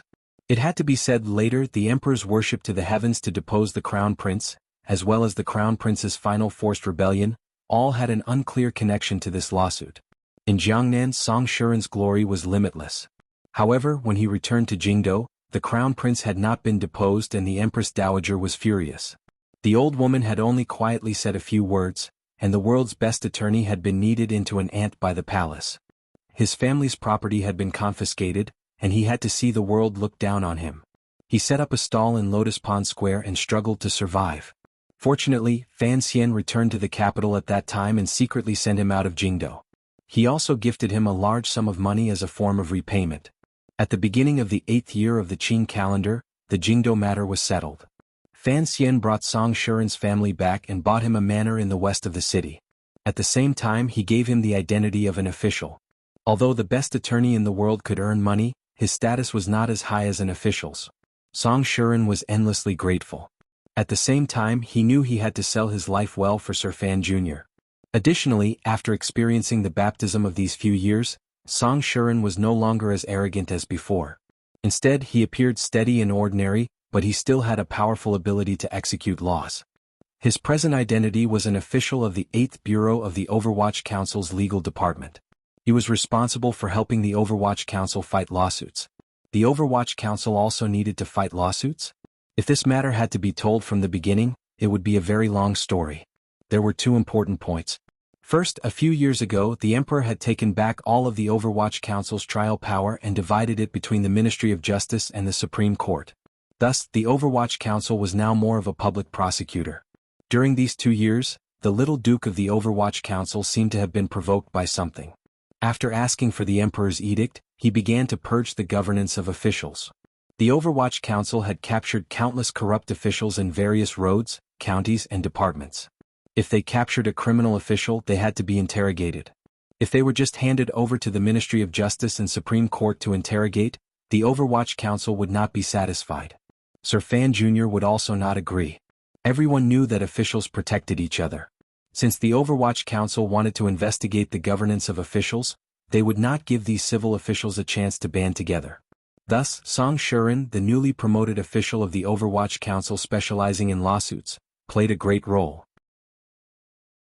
As long as he appeared, the crimes the Overwatch Council pinned down were basically all brought to fruition. No matter how the court's civil official system tried to hide it, they were unable to let the criminal officials escape. What truly chilled the Overwatch Council were the Emperor's edicts after the Jingdou matter was settled. Although these edicts only continued the plans set when the 7 gentlemen entered the palace and had the imperial censorate enter the council's internal procedures to carry out supervision, the imperial censor of the left, He Zongwei, relied on the emperor's favor and clear edicts to truly use his power. On one hand he weakened the Overwatch Council's power. On the other hand he began to attack some of the Overwatch Council's violations of the law. The world was large, but it was not as large as the emperor's edict. After almost 2 years the imperial censorate's power gradually grew. It was like a rope across the Overwatch Council's neck, making it difficult for the Overwatch Council officials to breathe. He Zongwei was like a hunting dog standing guard outside the Overwatch Council. As long as an official of the Overwatch Council did something forbidden, he would not be soft-hearted or courteous. He would draft up a rule and send it directly to the Supreme Court to ask the court to punish them.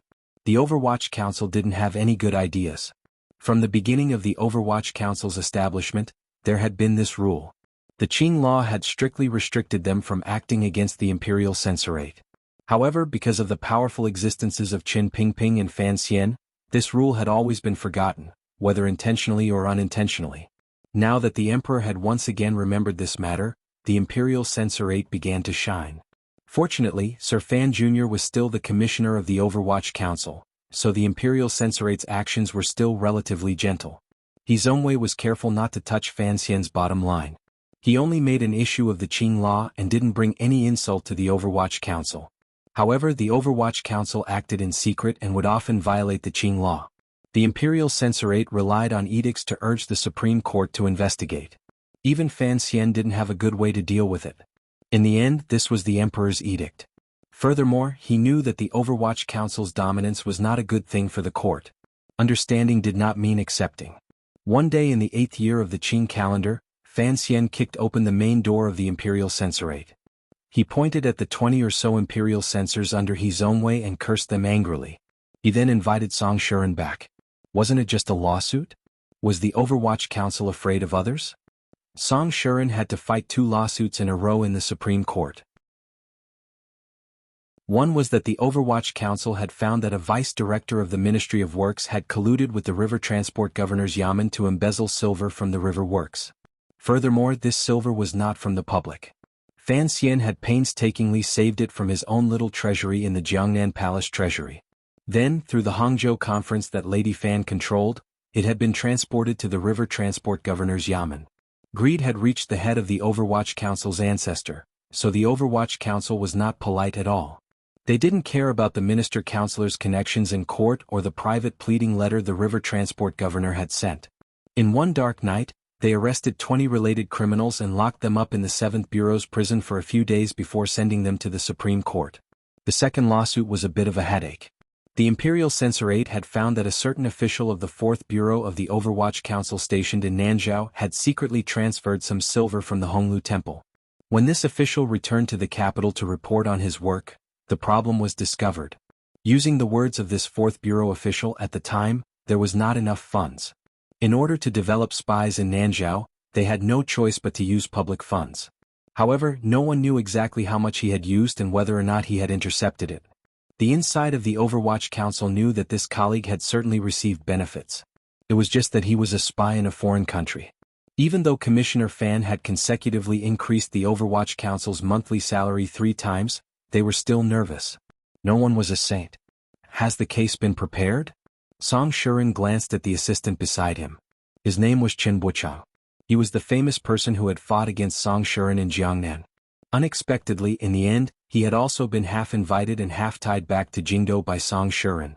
The newly established legal department of the 8th Bureau was all famous litigation masters from various places. Every time he thought of this, Song Shuren, whose heart was as calm as still water, couldn't help but smile bitterly. Sir Fan Jr.'s way of doing things was still as arrogant as ever. It was clear that the Emperor had the Imperial Censorate check and balanced the Overwatch Council, yet you still brazenly went against them and did it so happily. Qin Buchang made a sound of acknowledgement and stood up. As an official of the 1st Bureau of the Overwatch Council, Mu Tai was listening at the side in the Supreme Court. He wanted to see how the Vice-Chancellor of the Ministry of Works was treated and to ensure that the official of the 4th Bureau of the Overwatch Council would not suffer too much. All of the officials of the Overwatch Council admired the 8th Bureau's legal department because they knew that these former litigation masters were the greatest protection for their interests. He patted Song Shuren's shoulder and sincerely said, "Good luck, sir." Outside the Supreme Court, the rain gradually fell lightly. Song Shuren took a sip of tea. His face was full of confidence. With his hands behind his back, he walked toward the Yamen of the Supreme Court. He walked steadily, completely disregarding the Ministry of Justice and Imperial Censorate inside. He walked confidently and confidently. The Jingdou commoners watching the spectacle across the street cheered in unison. They all hoped that the Overwatch Council would be able to chop down all of those corrupt officials. It had to be said that during these 2 years the Overwatch Council's power had been greatly reduced, but its reputation had improved greatly. Fan Xian had used a few years of time to finally pull the Overwatch Council out of the darkness a little. Using a series of thunderous purges, he had established a glorious image among the people. Presently, the direction of discussion among the people was basically biased toward the Overwatch Council and felt disdain toward the Imperial Censorate. Song Shuren walked toward the Supreme Court. His expression was calm, but his heart was not. Working for Sir Fan Jr. was indeed delightful. Not only was it delightful to win, but he could also receive the support of many people. This was not easy. In over a year, Song Shuren had helped the Overwatch Council fight cases and had never lost. This time it would certainly be the same. However, he had already completely offended the entire Qing civil official system. He knew that he could no longer get off the Overwatch Council ship. Once he did, he would be swallowed by a giant wave. However, he was not afraid because the person at the helm of the Overwatch Council ship was Sir Fan Jr. As long as Sir Fan Jr. was here, no one in the world would dare to harm him. There are some problems on the Nanzhao side. The Imperial Censorate and Ministry of Justice have taken a large amount of silver from that official's home. Qin Buchang looked at his expression and carefully reminded him. Return the stolen goods, remove from office, not guilty. Song Shuren didn't turn his head. Lowering his voice, he said, "This is the commissioner's bottom line. If the Imperial Censorate wants to go further, they will have to fight openly. They will start with the Xian tribe. Not many of those people are clean." Qin Buchang's heart chilled. He thought to himself that Sir Fan Jr. was indeed like old Director Qin, a powerful and protective person.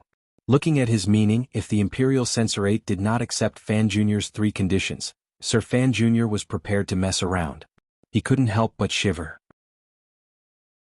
With Sir Fan Jr. doing things like this, it was no wonder the Imperial Censorate could never win the case against his family. After all, no matter how much Sir He Zongwei was favored by the Emperor or how much effort he put in, he could not stop Sir Fan Jr. from becoming hostile at any moment. If Sir Fan Jr. truly became hostile, He Zongwei would not be able to withstand it. Given his personality, even if the Emperor spoke, it would probably be useless. Everyone knew how much the Emperor valued or favored him. Why didn't the commissioner come to watch the show today? Qin Buchang swallowed and asked as he walked. During this year, Fan Xian's greatest interest seemed to be acting as a backer for his subordinates, listening to the Supreme Court's trials, and watching the Imperial Censorate's ashen faces. Logically speaking, it was fine to send an official of Mu Tai's level to listen. Even Yan Bingyun couldn't be bothered to come. Yet he kept coming. This little duke sat with his legs crossed in the Supreme Court Yamen. All of the trial officials began to feel afraid. No one dared to use torture on an Overwatch Council official. This was the effect he wanted. The Emperor has sent him out. Song Shuren only vaguely knew some inside information. He didn't say anything more. Rubbing his wrist, he glanced at the Imperial Censorate and Ministry of Justice officials in the hall. His face darkened. With a cold huff, he began to fight. Heading west from Jingdo, going around the verdant Song Mountain, crossing a number of clear rivers, and after a dozen more days, entering an area where hundreds of li of military land was being cultivated. This was one of the Qin Kingdom's 7 main roads, Shiliang Road. This road was the poorest place in the Qin Kingdom, but it was also the place with the strangest scenery. Most of the land along this road had been repeatedly fought over by the Central Plain and the Hu people over hundreds of years. Until the Wei Kingdom weakened, the Qin Kingdom and its predecessor, the vassal state, began to rise in secret. This country had not yet advanced into the heart of the land when they began to demand 1,000 years of blood debt and land from the Hu people. After fighting for many years and many people died, this piece of land was finally firmly controlled by the Qin Kingdom. At the same time, they built a number of new cities on it and moved in many people. However, it was, after all, a newly prosperous land. Other than farming, commerce was not developed. There were also no valuable products. It was only in recent years that the fleeing of the people who moved in had improved slightly. There were only flat and rarely tended fields, endless lines on the horizon, and the protruding mounds at the edge of the line. The barren desert in the distance looked desolate. The sun here set later than anywhere else in the land. The blood-red dusk enveloped the vast land and reflected a majestic city. It was completely piled up from earth and stone. It suddenly appeared at the edge of the land, flaunting the Qin Kingdom's powerful national and military power and intimidating the people on the grasslands further west of the majestic city. This was Dingzhou, an important city on the western frontier. The road from Jingdo to Dingzhou was maintained very well. It could accommodate 8 horses traveling side by side. Back then, who knew how much manpower and wealth had been expended? However, it ensured the eternal peace of the Qin Kingdom's west and firmly controlled this large piece of land. No matter how one looked at it, it was worth it. A group of carriages sped toward Dingzhou on this road. It seemed that they wanted to enter Dingzhou before the sun set. However, looking at the mountain in front of them ran the horse to death, particularly on this piece of flat land. Dingzhou seemed to be in front of them but was far away on the horizon. It looked like they would not be able to enter the city before the city gates closed. About 20 li from Dingzhou was a courier station. This courier station was not a military courier station. It was not under the jurisdiction of the Dingzhou army. Rather, it was a courier station managed by the Ministry of Works. Thus, it appeared a bit run-down and old. 7 or 8 men were yawning under the light of the setting sun. They had already eaten dinner and were preparing to gamble later. The sky gradually darkened. A strange smile suddenly appeared on the men's faces. They moved closer to the rear courtyard and listened to the sounds coming from inside. They covered their mouths and laughed, thinking that the person inside was too impatient. In a stone room in the backyard, the only official of the relay station was hugging a woman's snow-white thighs. His hands were pressed against her soft breasts, and he was moaning non-stop. His body was covered in sweat, and the room was filled with the smell of lust. Dingzhou was far away and did not have much entertainment. Night came too late. Thus, each time the sun set, he would seize the moment and carry out this only form of entertainment. The woman beneath him was a prostitute he had brought from Dingzhou. Although the prostitutes who were willing to leave the city were all average in appearance, he liked this woman's charm and the soft flesh on her body. Holding the slippery courier in his hand, he was incomparably happy. He felt that the woman beneath him seemed to be made of cotton candy, particularly her eyes, which were sweeter and more greasy than the well water in Dingzhou. The 3 liang of silver he earned a month was truly worth it. Just as he was enjoying himself, the door to the room was suddenly pushed open. The courier didn't even turn his head as he cursed. If you want to listen, then listen. If you want to see, then look. F***ck, why didn't you tell me to be careful? How dare you barge into the door? Be careful not to make me sick on horseback. The prostitute beneath him also giggled. She was not at all afraid of being seen. Suddenly, the courier felt that something was strange because there was no sound behind him for a long time. He unconsciously turned his head and saw it was a stranger. Startled, he quickly jumped up from the kong and fastened his pants. He did not forget to pull over the black quilt and cover the prostitute's white lower body on the kong. The courier wanted to let loose a torrent of curses, but seeing this stranger's expensive attire, he was probably someone he couldn't afford to offend or an official. His mouth became dry and he became afraid. In a trembling voice he said, "Who are you?" Fan Xian sat in the only chair in the courier station and looked at the large group of people kneeling in front of him. Furrowing his brows he said, "I told you to get up, so get up quickly." He had come to Dingzhou on the emperor's edict to reward the army. He said it was to reward the army, but the secret edict he had received in the royal study had some other content. During these 2 years, the Hu people in the West seemed to have taken some stimulant or tranquilizer. They changed their romantic battle tactics of the past and began to attack Dingzhou in an organized fashion. Furthermore, their battle tactics had become very cunning. Although the Yi family still managed Dingzhou's military affairs, Yi Zhong was in charge of the Bureau of Military Affairs. He had to manage all the armies under heaven, so he could not personally keep watch. Additionally, the Hu people's attacks were too fierce. In the first year, the situation in Dingzhou was very dangerous. Fortunately, the emperor personally moved the soldiers from the various roads to take turns to provide support. Only then did the situation stabilize. The emperor and Fan Xian had long seen that there were problems, but without first-hand information, no one knew what was happening within the Hu people. The situation could not continue like this. If Shi Hu continued to develop like this, it would probably become a great threat to the Qing kingdom. Thus, Fan Xian had made this trip. He had to listen to the personal reports from the generals in Dingzhou and understand the situation. Furthermore, Fan Xian knew that the emperor had personally moved the 5 roads to the west with the intention of using the Hu people's knives to sharpen the Qing kingdom's swords. The Hu people's attack just happened to give the Qing kingdom a chance to train its military power and prepare for the war to unify the world in the future. Since he couldn't make it to Dingzhou, he could only rest for the night in this dilapidated relay station. Unexpectedly, no one came to welcome him when he entered. 7 or 8 men were eavesdropping like children. Fan Xian was curious and pushed open the door to enter. Unexpectedly, he saw a live erotic scene. The deputy and the 7 or 8 men knelt on the ground and repeatedly kowtowed. The officials who had come with Fan Xian knew his personality and had long pretended to see it. They each prepared to rest for the night. Fan Xian looked at the deputy and laughingly scolded, "The sun hasn't even set and you're already doing it. If you have the guts, then don't be afraid." The deputy's face fell. He knew he was about to be killed. The man in front of him was the second most important person in the world, the commissioner of the Overwatch Council. He was a high and lofty figure. He was someone he didn't even have the right to see. Fan Xian asked with confusion, "What are you afraid of?" "Sir abhors evil and hates corrupt officials the most." The deputy was so scared he was about to cry. Paralyzed on the ground, he spoke of the people's impression of Fan Xian. Fan Xian rubbed the back of his head in confusion. He thought to himself that he was already the father of 2 children. Why was it that in the hearts of the people, he seemed more and more like an otherworldly saint or demon? Chapter 597.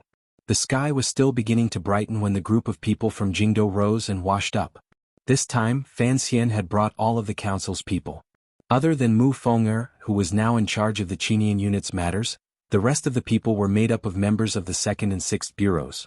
The semi-military management of the Overwatch Council made these people's auras steady and taciturn. There was only the sound of water and the creaking of the door opening, but there was no conversation. It was nearly 20 li from the courier station to Dingzhou. Speeding along the 8-horse wide road, it didn't take much time. Furthermore, they didn't need to cherish the horses. When this group of people arrived at the east gate of Dingzhou, the sun had not risen very high. There was a glimmer of coldness in the warmth. However, the vegetable farmers lining up to enter the city, as well as the merchant groups from the Central Plains, had already formed a long line. Autumn had not yet deepened in Jingdo, but the soldiers of the large city on the border had already begun to put on armor padded with layers of cotton.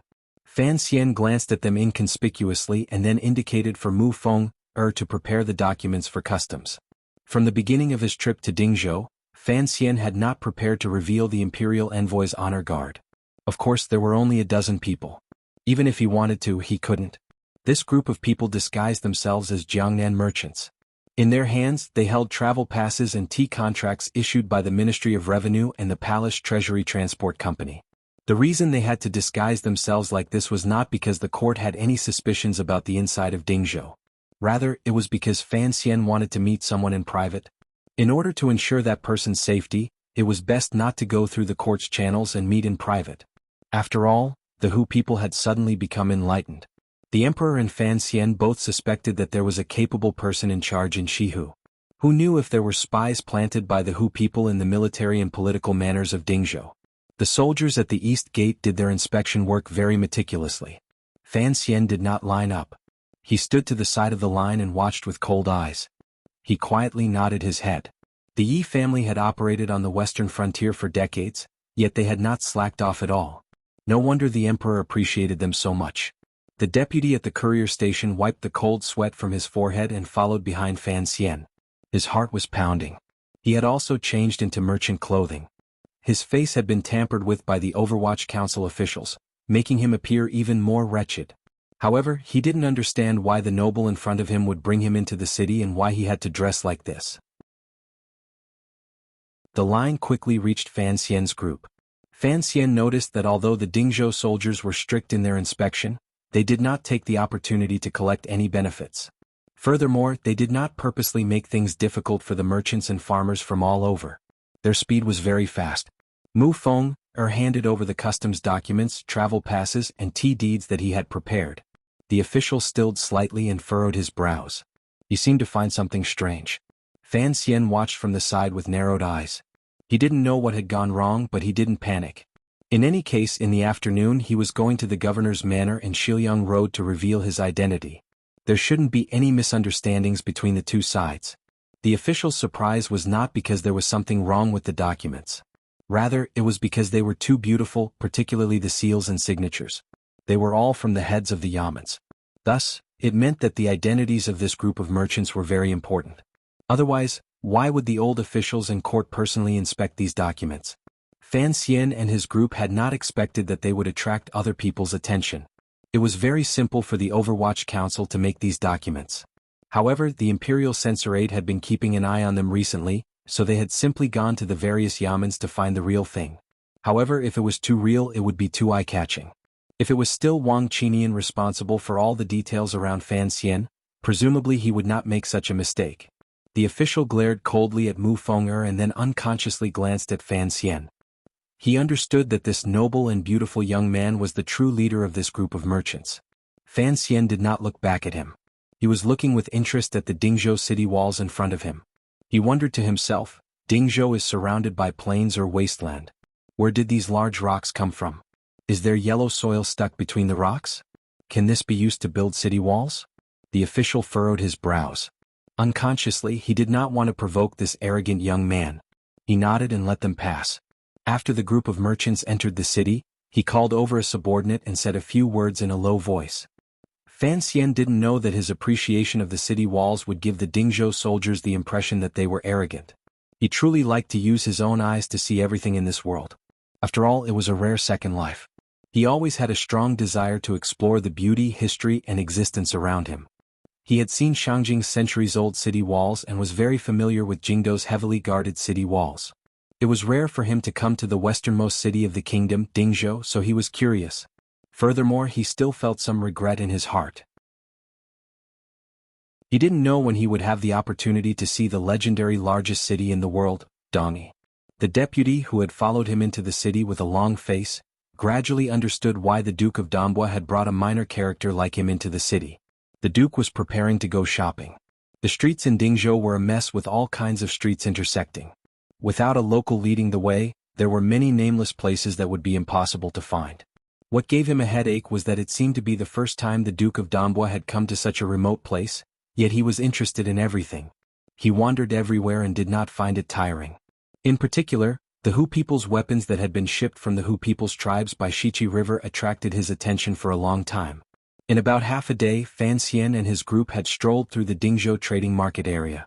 They had perfectly carried out the enthusiasm a merchant group should have. Under a mud wall, Fan Xian narrowed his eyes and looked at the distant city gate tower of Dingzhou. Lowering his voice, he asked, "Has the news been sent out?" Mu Fenger carefully looked around and nodded. According to the agreement between the two sides, it has already been sent out. However, we came 2 days early. I'm afraid the other party hasn't entered the city yet. Fan Xian thought for a bit and said, "We had to come 2 days early. There's no way to block the news of me leaving the capital. Hongqing must know I'm coming. If I'm delayed by this kid, he will certainly force me to drink. How would I have time to do anything? Besides, who knows if there are Hu spies in the camp in the governor's manor." Mu Fenger glanced at the nervous deputy at the back of the group and said, "If I wasn't unfamiliar with the terrain, I really wouldn't have called for this person to lead the way. I don't know how to handle it in a bit." Fan Xian smiled and said, "It's not like it's a beheading. We just have to ensure the other party's safety. That's why we have to be so careful. As for the deputy, when we leave another day, we'll just send him 2 beauties." Although he said this, Fan Xian still felt some regret. The emperor had long forbidden the Overwatch Council from extending their tentacles too deeply into the military. Regardless of whether it was the 4th Bureau which was in charge of the various roads, or the 2nd Bureau which was in charge of gathering intelligence, the Overwatch Council did not have any capable people in Dingzhou. Of course, the Overwatch Council had certainly buried spies in Dingzhou. Fan Xian thought that the inside of Dingzhou was very safe, so he did not want to use these spies in case the military and political yamen were unhappy afterward. The ones who would suffer would be the lower-level officials of the Overwatch Council. The group of people stopped the carriage in a shady place and silently waited for the sun to slowly move. For lunch, they casually bought some sesame seed cakes and ate them with water. Fan Xian was no exception. Each time he moved, his actions always made the Overwatch Council subordinates feel closer. However, when the deputy saw the little duke also struggling to eat the sesame seed cake, he secretly sighed in amazement. When the shadow of the mud wall behind the carriage gradually grew longer, one of Fan Xian's subordinates returned humming a little tune. In his hands, he was still carrying the special Hu products he had bought along the way. It looked like he had been very careful along the way. At the back of the carriage, he threw these items back into the carriage and lowered his voice to say something to Fan Xian. Fan Xian raised his head and glanced at Mu Fenger. With a smile he said, "Looks like they're more anxious than us. Let's go see them." Mu Fenger thought for a bit. This shouldn't be a trap. After all, Dingzhou was the Qing Kingdom's world. No one would have the guts to set up a trap for the Overwatch Council. He nodded and went to call for the deputy. Leaving the carriages, Fan Xian, Mu Fenger, and the deputy passed through the mud wall and through the bustling streets. They walked through the curious streets like merchants coming from the mainland for the first time. After walking for an indeterminable amount of time, they finally arrived at a lamb shop. Fan Xian looked at the shop without a signboard and couldn't resist smiling. "Damn, this place is really hard to find." He patted the deputy's shoulder. "Looks like you're not bad. You even know these places." The deputy felt his entire body go limp. He thought to himself that this shoulder had been patted by the Duke. It looked like he couldn't bear to bathe for half a month. No, he only bathed once a month. It should be because he didn't look for a woman for half a month. Not looking for a woman did not seem to be worth it. Just as the deputy's thoughts were running wild, Mu Fenger had already walked into the lamb shop. Turning his body sideways, he walked through the inner door of the mud room. Covering his nose, he walked into the inner room and sat on the mat he had arranged with the person. There were 4 mats in the inner door of the shop. On the mats were small tables that provided meat, food, and wine for customers. Each mat was separated by a thin cloth, but it could not block out the sound. It was just barely enough. Fan Xian sat in the innermost area. The deputy only dared to sit half on the outside. He muttered to himself, unsure why this noble figure had to come to this unremarkable shop. Was he here to see someone? Then, he fearfully accepted the bowl of wine the Duke handed over and carefully took a sip. He then fell into a deep sleep. After eating a few pieces of lamb and drinking 2 bowls of strong wine, Fan Xian's eyes grew brighter and brighter. He glanced at the thin cloth curtain beside him and gave Mu Fenger a meaningful glance. Mu Fenger thought for a moment and then picked up the wine bowl. Standing, he lifted the curtain and went to the mat on the other side. When the curtain was raised, Fan Xian's eyes were sharp. He saw that the person was about 40 or 50 years old. However, his face was dark. After all, he was a Hu person, so he couldn't see clearly. The sun was high in the sky and gradually rising. The mud room was still quiet. It was not the right time to drink, so the shop was particularly quiet. There was only Fan Xian's group and the mysterious Hu person. No one knew what Mu Fenger said to the Hu person. After a long time, the curtain was pulled open. Mu Fenger nodded at Fan Xian to indicate that he had confirmed the other person's identity. Fan Xian turned his body and stared at the calm-looking Hu person. He found that the other person's hand was holding the wine bowl steadily. There was no change in his eyes. He slowly opened his mouth and said, "You are the foremost ace under the left virtuous king's banner. Why change your appearance and act so sneakily?" The Hu person put down his wine bowl and glanced at Fan Xian as if he wanted to know this young man's true identity. This gaze was like lightning, piercing straight to the heart and intimidating. However, Fan Xian's expression was cold and he did not react at all. The Hu person's brows rose slightly. It was as if he had not thought that a random official from the Qing Overwatch Council would have such unfathomable shrewdness and power. "Correct, I am Hu Gu." The Hu person, who looked to be 40 or 50 years old, stared at Fan Xian's face with a hawk-like gaze. "He says you are the leader, so I will talk to you." Fan Xian smiled and raised the wine bowl in his hand. "There's not much I want to know. I must first confirm the princess's safety. Hu Gu, the foremost ace under the left virtuous king's banner of the Western Hu Kingdom. His reputation shook the western frontier and was deeply respected by the Hu people. His bearing was extraordinary. However, when he opened his mouth to speak the language of the Central Plains, he always felt awkward. For some reason his aura weakened a bit. Fan Xian reached into his clothes and took out a jade hook, which he handed over. After Hu Gu accepted the jade hook, his brows furrowed tightly. It was as if he had sunk into deep thought. Fan Xian did not disturb his memories. He only watched this scene quietly. The Overwatch Council had made contact with this foremost ace under the left virtuous king's banner not because Fan Xian had exceptional abilities. Rather, he had used a troublesome method to come to them. Toward such people who came to them of their own accord, the Overwatch Council's usual way of dealing with them was not to be proactive, not to make promises, and not to take responsibility. It was not until he had indeed given the Overwatch Council some useful intelligence that the Overwatch Council began to follow up on this path. Other than Fan Xian himself, there was no one else who could follow up on this path. The reason for the relationship between Hu Gu and the Overwatch Council was Ma Suasua. Ma Suasua was still being hidden by Prince Huqing, but in terms of belonging she was in the end Fan Xian's person. This princess of a Hu tribe was a female captive, but also not a female captive. The tribe she belonged to had originally been prepared to surrender to the great prince's troops. However, before they could do so, they were exposed. The entire tribe had been completely slaughtered by the Western Hu king. The remaining tribe members could only scatter to the western regions and seek refuge with the nobility clans. Hu Gu was a warrior who had left this small tribe. Before he could reveal his identity and win glory for his tribe, he received the tragic news that his tribe had been slaughtered. After confirming Hu Ji's identity from Ma Suasua, Fan Xian began to strengthen his secret connection with Hu Gu. Not only did Ma Suasua know Hu Gu, but the two of them had been good friends when they were young. In the words of the Central Plains, they were childhood sweethearts. Fan Xian looked at his old face and muttered to himself. Did the Hu people age so easily when they were exposed to the wind and sun every day? Hu Gu carefully put the jade hook into his clothes. Looking at Fan Xian, he said, "I indeed want to avenge my tribe. Don't forget I am also a Hu person. There are some things I can say and some things I cannot say. You Qing people are too sinister and cunning. I cannot trust you." Fan Xian understood this.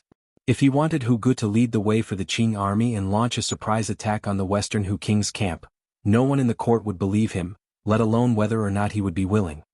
He lowered his head and thought for a moment. He then said, "I don't need you to do anything. On the contrary, I can support you in doing something. I heard that the left virtuous prince's situation is not very good. If you can help him stand firm, presumably your own power will also rise."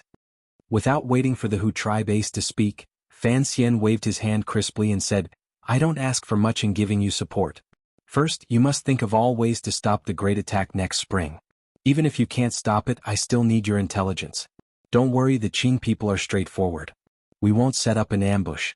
We just need to set up a formation and scare each other. You should know how to arrange this."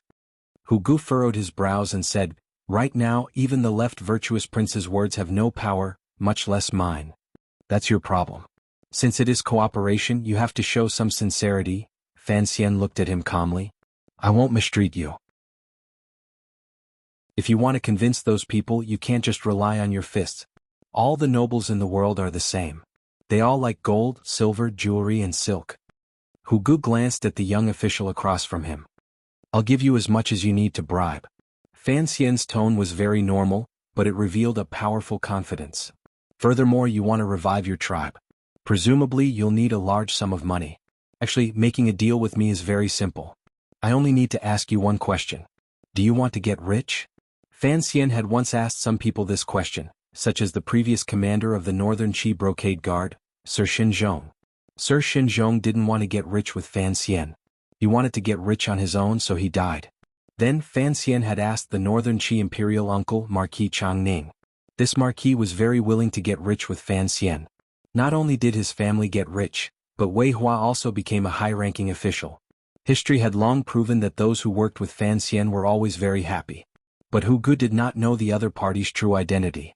He said in a cold voice, "Everyone likes gold and silver, but your words are unbelievable. So much silver, and even goods that can't be bought with silver, you want me to agree to it with just one word? Don't lie to me. Although we, the men of the prairie, are straightforward, we are not fools." Fan Xian's words did indeed sound like a lie. There were many kings' tents on the grasslands and countless nobles. These nobles were all insatiably greedy. If they wanted to fill their appetites, they would need the Qing court's strong support. How could a young official of the Overwatch Council make this decision? "I can give you a good knife produced by the palace treasury." Fan Xian didn't respond to his words. Coldly he said, "However, the quantity is limited. After all, I don't want the knife I give you to chop at the necks of the Qing people." Fan Xian didn't answer Hu Ji's question. On the contrary, Hu Gu felt even more uneasy. He stared at the young and handsome face and asked in a low and icy voice, "Who exactly are you?" Fan Xian glanced at him and said, "I am Fan Xian." With a crisp clang, Hu Ji's back slammed heavily into the dirt wall. He quickly pulled out the curved knife at his waist and aimed it at Fan Xian. The dust on the dirt wall fell down and stained the food and wine on the table. Hu Gu looked at Fan Xian with great caution. A glimmer of fear rose in his eyes. Fan Xian lowered his head and tapped his fingers on the table. He had not thought that his true identity would scare the other party to such an extent. How could this person be called the foremost ace under the left virtuous king's banner? He had no idea that the name of Commissioner Fan of the Qing Kingdom's Overwatch Council had long resounded through the world, far away from where the Hu people lived. In the hearts of the Qing people, Sir Fan Jr. was brilliant and eye-catching. In the eyes of the Qing Kingdom's enemies, this legendary young man was the #1 target to guard against. Up until now, the Hu people had never been taken advantage of by Fan Xian. However, they had been taken advantage of by Qin Pingping many times. Thus, they had endless fear and wariness toward Qin Pingping's successor. After Fan Xian admitted his identity, Hu Ji's first thought was that today's meeting was a trap. His second thought was that if this was not a trap, then this transaction would also consign the Hu people to eternal damnation. "Don't be so afraid." Fan Xian raised his head and slowly said, "Correct, I am the head of the Overwatch Council. Don't worry, I am also a good businessman. Don't forget, I control the court's palace treasury. If you don't believe in my trustworthiness, you can send someone to the central plain to investigate." "I'm not afraid." Hu Gu had already calmed down. A wolf-like wildness appeared in his eyes. Staring at Fan Xian, he enunciated each word clearly, "I just didn't think that someone of your status would lower himself to come see me and be so brave. This is the world of the Qing Kingdom. This is Dingzhou. I don't think there is anything special about my courage. Fan Xian looked at him and said. Even a Hu person like you dares to come see me. Why wouldn't I dare to see you? You don't know how much your head is worth, Hu Gu said. Are you not afraid that I will set a trap here and kill you? Fan Xian glanced at him mockingly and wiped the meat oil in his hand onto the cloth curtain beside him. This shop is filled with your people from top to bottom. If I was afraid of you setting a trap, why would I come in and sit and drink? Besides, do you think you, the so-called foremost ace under the left virtuous king's banner, can kill me? Fan Xian furrowed his brows as if he was looking at an insensible child. You have a long name but your courage is not much. A person's name was like a tree's shadow. The most powerful ace of the younger generation in the Qing kingdom had long branded his figure in the hearts of all martial artists. Hu Gu indeed did not have the courage to carry out such a dangerous attempt. Fan Xian stood and stared into his eyes. I don't care what you're thinking. Since my conditions are out, I want to know that person's name. This was the piece of intelligence that the Overwatch Council cared about the most in their probing contact with the other party during these 3 months. The person hidden in the Hu King's tent was hidden very deeply. Furthermore, he had brought great harm to the Qing kingdom. The Overwatch Council and Bureau of Military Affairs had tried everything they could but were still unable to find out who that person was. Even the two councils were not sure if there was such a terrifying military advisor in the Hu tribes or if the two virtuous kings and the chief had suddenly been enlightened. Fan Xian did not think so. The Qing emperor also did not think so. The father and son had the same judgment. It was easy to change mountains and rivers, but it was difficult to change a person's nature. The changes in Shi Hu must have been influenced by outside forces. They were certain that that person existed. This was the most important goal of Fan Xian's trip to Dingzhou. He wanted to dig out that person. Hu Gu was the highest-ranking figure the Qing court could come into contact with among the Hu tribe. He had been urged for a long time. Hearing these words again, the expression of this Hu tribe ace changed. He knew how much help he would receive from the Qing court. Furthermore, Sua's life and death were in the hands of this young man in front of him. He didn't have much of a choice. However,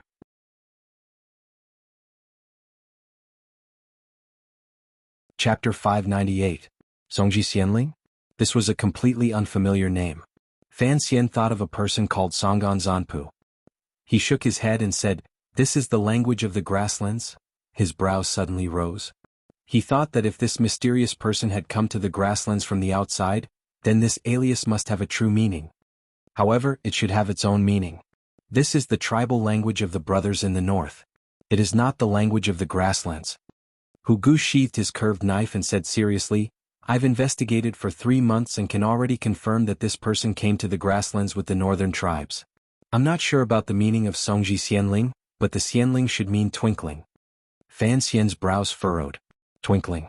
Twinkling. Diamond twinkling? He immediately thought of the name wrongly.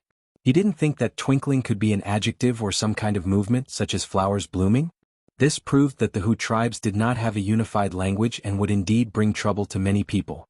Fan Xian's head hurt. He had too little information on hand. What use could a name have? Helplessly, he raised his eyes and looked at Hu Gu. The brothers in the north are still moving toward the grasslands? Hu Gu nodded with a serious expression. It is already the 4th year. The first year it was the brothers in the north who came as scouts. There weren't many people. The second year it was the warriors among the brothers in the north. This group had the most people. In the last 2 years, it has mainly been the elderly, women and children who had stayed in the north. They have moved with great difficulty along the path open to the side of the meridian of the sky. If Songji Xianling is a tribe member in the north, then what year did he come to the grasslands? It should be the group from before. Although this person is mysterious, since he can influence the decisions of the king's tent, he must have the absolute support of the brothers in the north. Otherwise, who would listen to him? You're saying? Fan Xian stared into Hu Ji's eyes.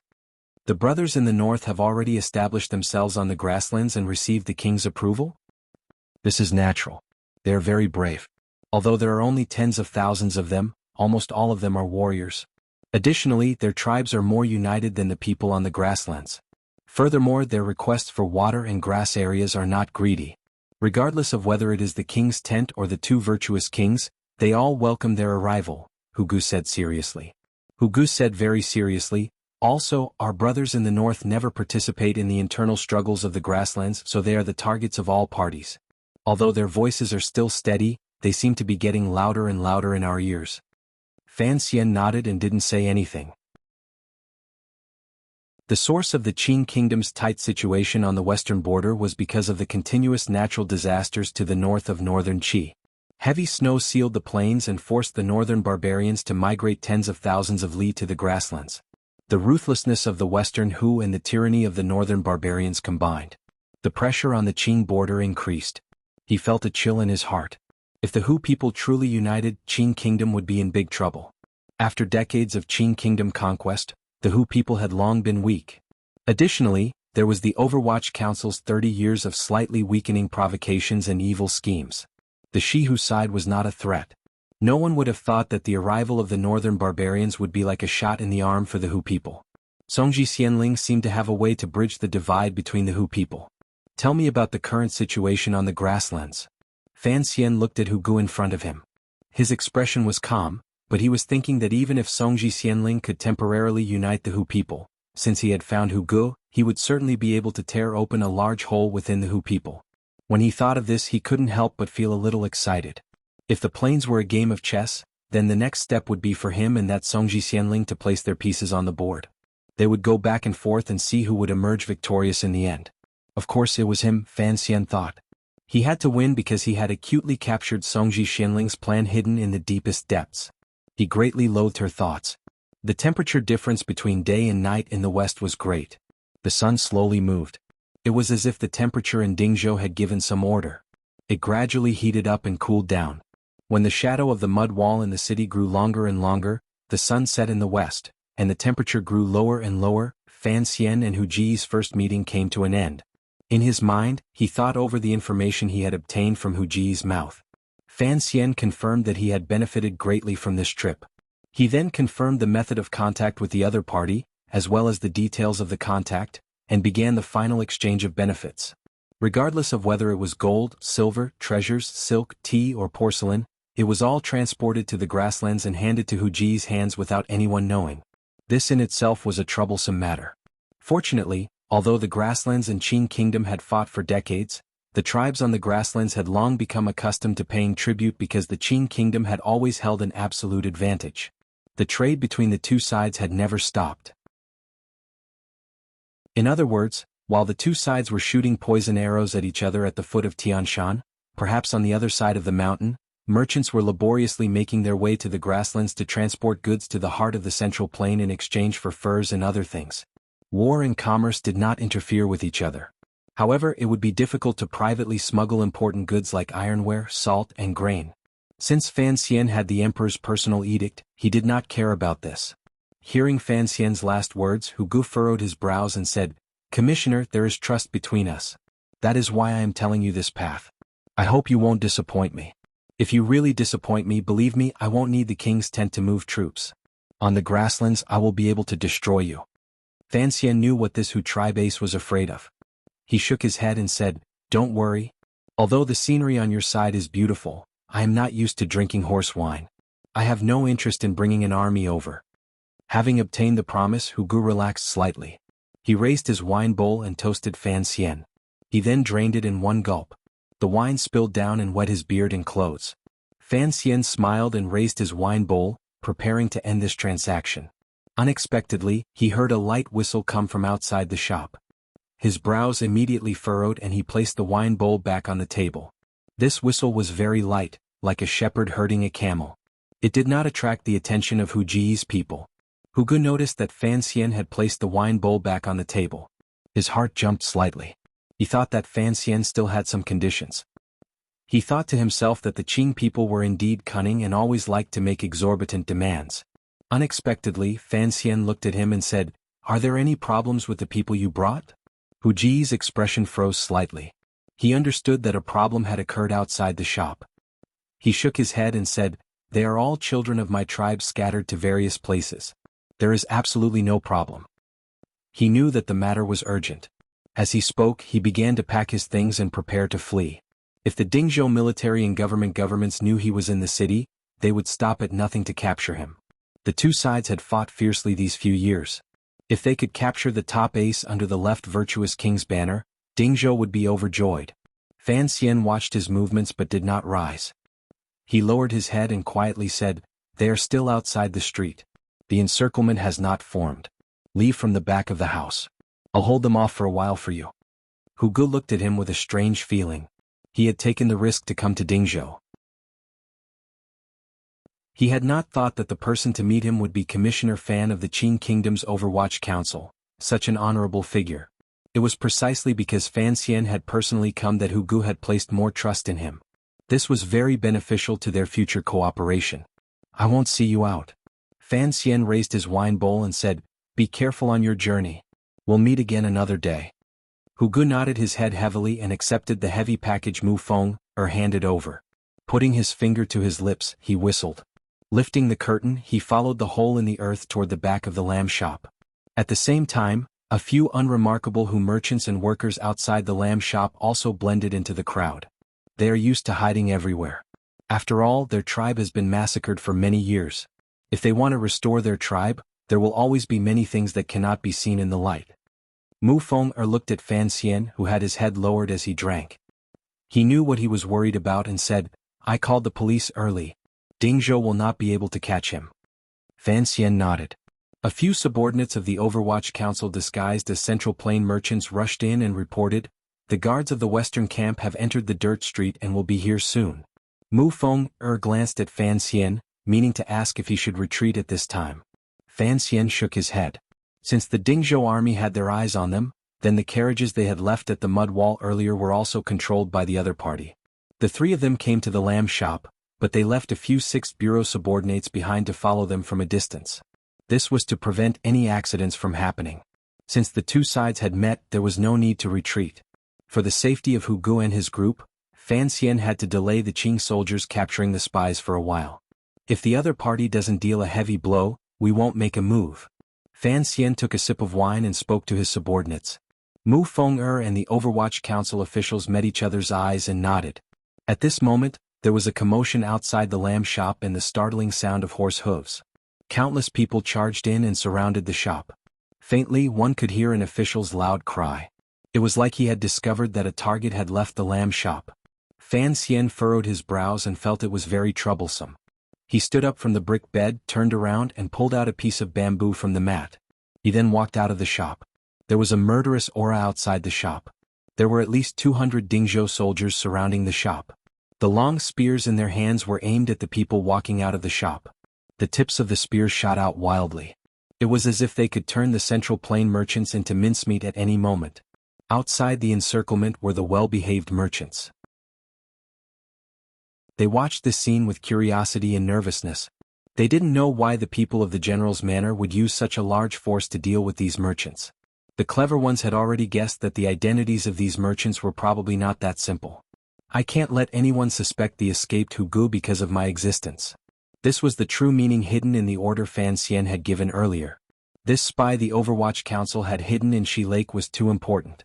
Fan Xian didn't even dare trust anyone, much less in front of so many people. A soldier moved closer to the officer's ear and said something. The officer's eyes lit up. Presumably, he had confirmed the other party's identity. Looking at Fan Xian and his group, he said in a cold voice, "Someone capture these spies." Fan Xian looked at the soldier's face and recognized him as the soldier guarding the east gate. It was this person who had examined their documents to enter the city. He immediately knew where the problem was. He couldn't help smiling helplessly and glancing at Mu Feng. Mu Feng knew that he had made some mistakes in his handling of the details and had aroused the suspicions of Dingzhou. He was angry in his heart, but he was afraid of angering Fan Xian. His expression became increasingly ugly.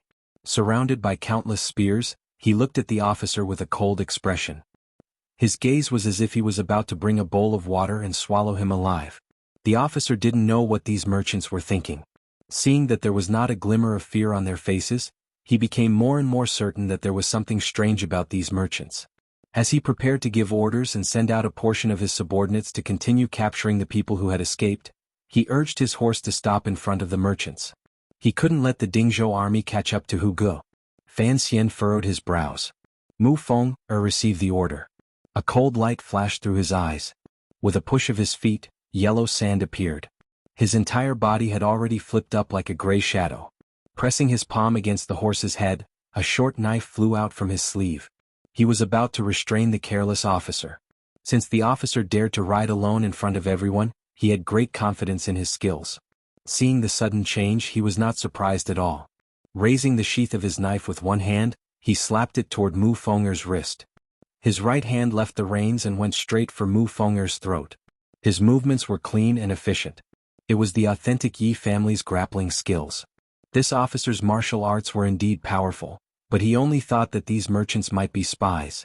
He had no idea of their true identities and couldn't help but underestimate them. He blocked Mu Fenger, but he couldn't block the black shadows that rose up at almost the same time as Mu Fenger. With a number of swishing sounds, the shadows descended on the officer's horse at the same time. One grabbed the hand, the other grabbed the throat. The swordsmen of the 6th Bureau attacked. Even Fan Xian was afraid of them, much less this unremarkable soldier of Dingzhou. With a wail, the horse suddenly realized that there were 4 people standing on its back. How could it withstand it? Its front hooves softened and it fell down. A cloud of dust rose. The Dingzhou soldiers were shocked. They watched helplessly as their leader was easily captured by the spies. Mu Fenger took the officer's knife sheath and placed the knife in his hand across his neck. Facing the Dingzhou soldiers charging over from all directions, he shouted, "If you're not afraid of death, then come." The officer's face was deathly white. He had not thought that he would not be able to block one move from these spies. Gritting his teeth, he roared at his subordinates, "Capture these people." He now believed that these people were not only spies but very powerful spies. For the sake of Dingzhou's safety, why would they care about his life or death? He didn't care, but Fan Xian did. If conflict truly erupted, the Dingzhou army would not be able to keep them, but how would they explain it to the court? "We are not spies." Fan Xian walked forward and looked at everyone warmly. "We are just merchants." With this disturbance, the officer did not have time to give the order to chase. Hu Gu and his group should have already safely escaped the encirclement. Fan Xian's state of mind had also calmed down. He indicated for his subordinates to put down the weapons in their hands. Smiling slightly at the brave officer, he said, "Sir, my subordinates are all rash people.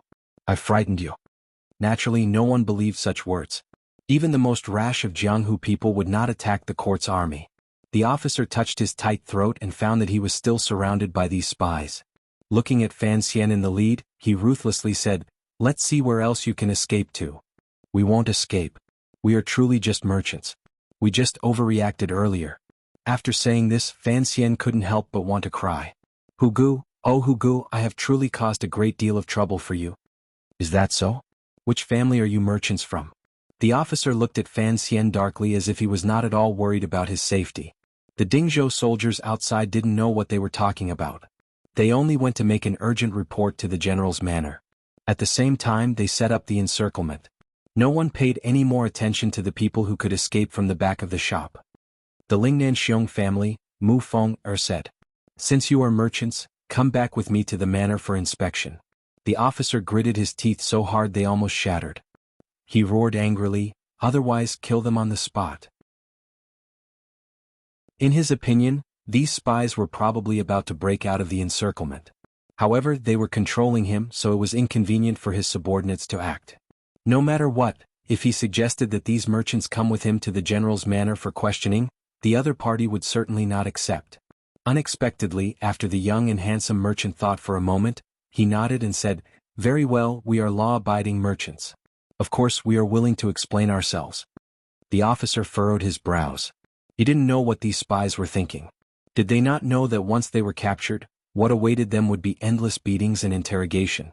However, since the other party was so muddle-headed and stupid, the officer would not miss this opportunity. "Tie your own hands?" He looked at Fan Xian and roared loudly. Fan Xian was obedient, truly obedient. He was even more obedient than he was in front of the emperor. He obediently allowed the Dingzhou soldiers to tie him up like a rice dumpling. Furthermore, his shoulder was hit heavily by a soldier.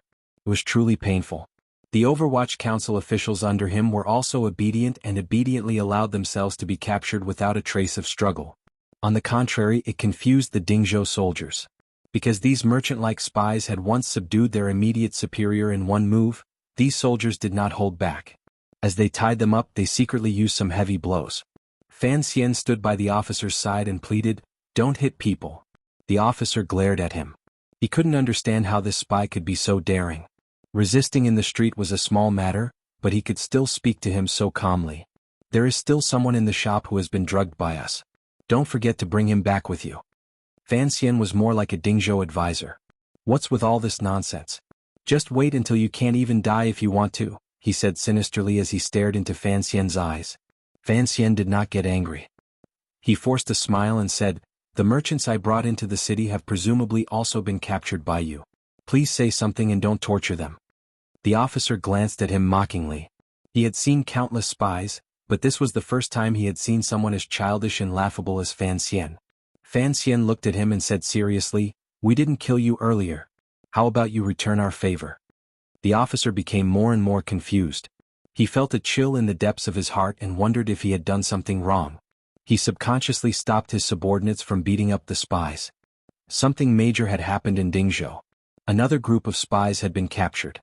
Although there were spies every year and there were new ones every month, the spies captured in the lamb shop were different. First, they had come from the heart of the Central Plain. No one knew if they wanted to do illicit salt business with Shihu or if they had a bigger plan. Second, these spies were clearly strange. The upper echelons of the Dingzhou army took great interest in this group of spies. They had always disagreed with the court and Overwatch Council's decisions. They thought that there was no godlike military advisor in the Western Hu King's tent.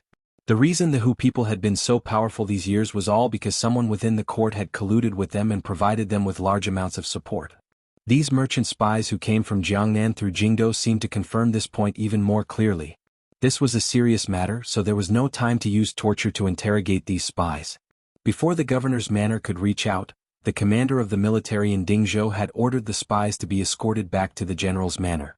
When it came to stealing credit, regardless of whether it was the front line or the rear, it was all the same. The officer escorted Fan Xian and his group into the general's manor. He found that the general was personally interrogating them. He couldn't help feeling happy. He thought to himself that although he had made a fool of himself today, he had captured these important people. His merits still outweighed his faults. "We still haven't had time to ask?" The general sitting at the top ground his teeth until they creaked. "Then what are we waiting for? First, break their legs and then flog them 30 times. Then we can question them." The Dingzhou soldiers below shouted in unison and prepared to take action. The general spat on the ground and cursed, "Mother ***, how dare you not kneel in front of me? You're quite unyielding.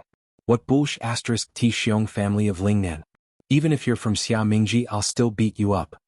Everyone in court and the military knew that Xia Mingji was Commissioner Fan's family property. There was basically no one in this world who dared to not give Fan Xian face. Strangely, this general's tone did not sound like he was bragging. Fan Xian raised his head with a pained expression and looked at the bearded general of the Western expedition. He wondered why this kid was so ugly. He sighed and said, "We can't beat them." The Western Expedition Camp's Imperial General, Li Hongqing, was angrily drinking strong wine. He wondered why these bastard Hu people never let him relax. Suddenly hearing these words, he unconsciously looked down the hall and unexpectedly saw a familiar face. The features on that face had changed slightly, but the mischievousness in his eyes was just as strong as it was in the past.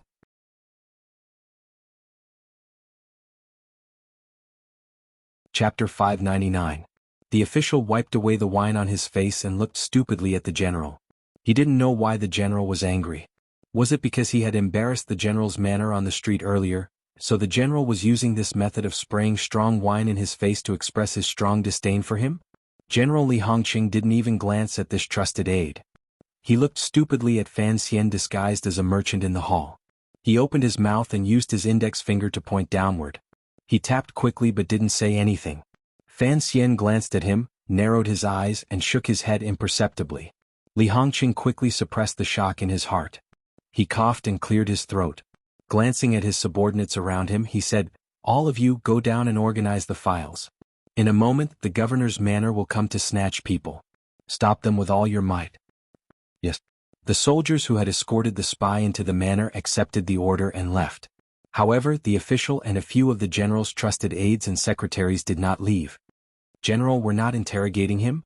The official wiped the wine off his face and looked at his superior with confusion. Li Hongqing flew into a rage and said, "Interrogating my ass. We can't beat him, how can we interrogate him?" Can't beat him? Could it be that the words of the spy had really convinced the great general? The official looked at Li Hongqing like an idiot and couldn't react for a moment.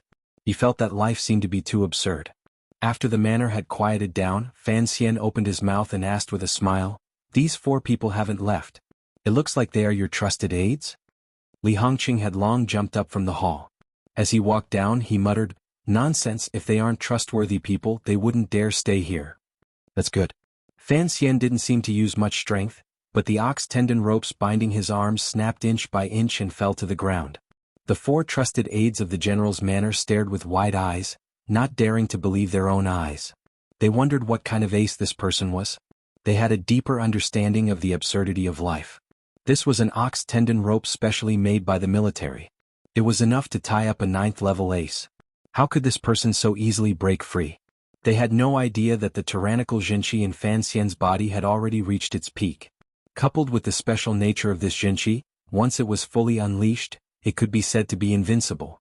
The 4 of them watched as Fan Xian escaped. Unconsciously, they wanted to pull out their weapons and attack. Fortunately, they were not truly idiots. They could already see that the situation on the field was a bit strange. They hesitantly looked at each other and felt weak in their legs. Fan Xian touched his bound wrists and looked at Li Hongqing in front of him. "Your subordinates are really ruthless." "Nonsense." Li Hongqing punched him on the shoulder and said, "Why are you here, you little brat?" He almost caused a big mess. Fan Xian felt the pain and said, "I was hit by your people, don't hammer me." Li Hongqing heard it clearly. This bastard was using the opportunity to snitch on him. As a general, he knew the way the people under him did things. He also knew that someone of Fan Xian's status would not retaliate over such a small matter. He chuckled and didn't reply. He wanted to muddle his way through. "Sir?" The officer finally found it difficult to bear the absurdity of his life and couldn't resist opening his mouth to ask. Fan Xian turned around and pointed at the still sleeping deputy official on the chair. "This person knows my identity. Don't let him out for now. We'll talk about it after the matter is finished." Li Hongqing nodded and hugged his shoulder. Smiling widely, he said, "News from the capital says it will be at least 10 days before you arrive. Coming so early, is there something good? I am now the local tyrant of Dingzhou. If there's anything good, you can give me a share." Fan Xian furrowed his brows and glanced at him. He felt more and more strange in his heart. Why was this noble heir now like a ruffian? Particularly with the sour smell on his body? He shivered and broke away from the other person's warm embrace. "There's nothing good, but there's a pile of bad things. In any case, I can't tell you. There are just some things I need your help with." When these 2 superiors talked about serious matters, they forgot these subordinates to the side. The 4 trusted aides of the general's manor had already faintly heard the origins of these so-called spies. They couldn't help but look at each other. They then looked at the people tied up like dumplings with green and red patches on their faces. Involuntarily, their hearts began to pound. They thought to themselves that if they really beat up the court spies, given the legendary ruthless and protective temper of the Overwatch Council's old ancestor and little ancestor, what would they do? "Should we untie these brothers?" The officer couldn't resist asking Li Hongqing. Li Hongqing scolded, "Troublesome little ruffians, hurry up and untie them." Quickly, these 4 people released Fan Xian's Overwatch Council subordinates. They then stood to the side at a loss as to what to do. They smiled apologetically and said apologetic words. The Overwatch Council subordinates did not show any anger. They were used to being spies, so they didn't care about such small problems. Seal off the news. Not a single word of it can get out. As for if anyone asks about the spies that were brought into the manor today, say the general's manor is secretly interrogating them. No one knew what Fan Xian said to Li Hongqing. Li Hongqing turned his head and said a few things in a cold voice. He then gave some orders to ensure that the whereabouts of Fan Xian and his group would not be revealed. In 3 days, choose some prisoners on death row from the prison. Fan Xian lowered his head and said, "My subordinates will help clean up the people in your manor as to what to do next. Naturally, they will do these things. We have to talk first." Li Hongqing continued to hold Fan Xian's arm like he was afraid he would run. He dragged him toward the back garden. The remaining officials of the general's manor and the Overwatch Council watched as their immediate superiors left with their arms around each other's shoulders. They couldn't help but stare at each other and sink into silence. They didn't know how to address each other or how to deal with related matters. After a long time, it was still the officer who had brought them into the manor who coughed and looked at Mu Feng. In a gentle voice he said, "Sir, are you from the council?" Mu Feng nodded and did not give this person a pleasant expression. "Then that sir earlier was..." Sir Fan Jr.? The officer lowered his voice and asked with slight fear. Mu Feng knew of the close relationship between the commissioner and King Jing's heir and nodded his head seriously. The officer swallowed. Only now did he know what kind of person he had captured. Thinking that the other party was the little ancestor of the Overwatch Council he had been afraid of earlier, his face began to pale, whiter than the flowers on the grasslands. The general's manor was originally the manor of the Yi family. Later, Li Hongqing entered the Western Expedition Army. Given his identity, he had always lived here. 2 years ago, during the Jingdou Rebellion, half of the Dingzhou army entered the capital to quell the rebellion. Yi Zhong and Gong Dian remained in Jingdou and never returned. Thus, the general's manor became Li Hongqing's private manor and office. There were no other people in the manor. Walking all the way to the back garden, they didn't see a single servant. Fan Xian was secretly surprised, but he didn't show it on his face. Sitting on a cold stone bench in the garden, he got used to the cold and harsh atmosphere that was completely different from the gardens of the Central Plain. Only then did he speak carefully and say, "You have to explain clearly to your subordinates that no one can think that I entered Dingzhou today. So wordy? You came 10 days early to do business. The problem is, given your current identity, what is there to be afraid of?"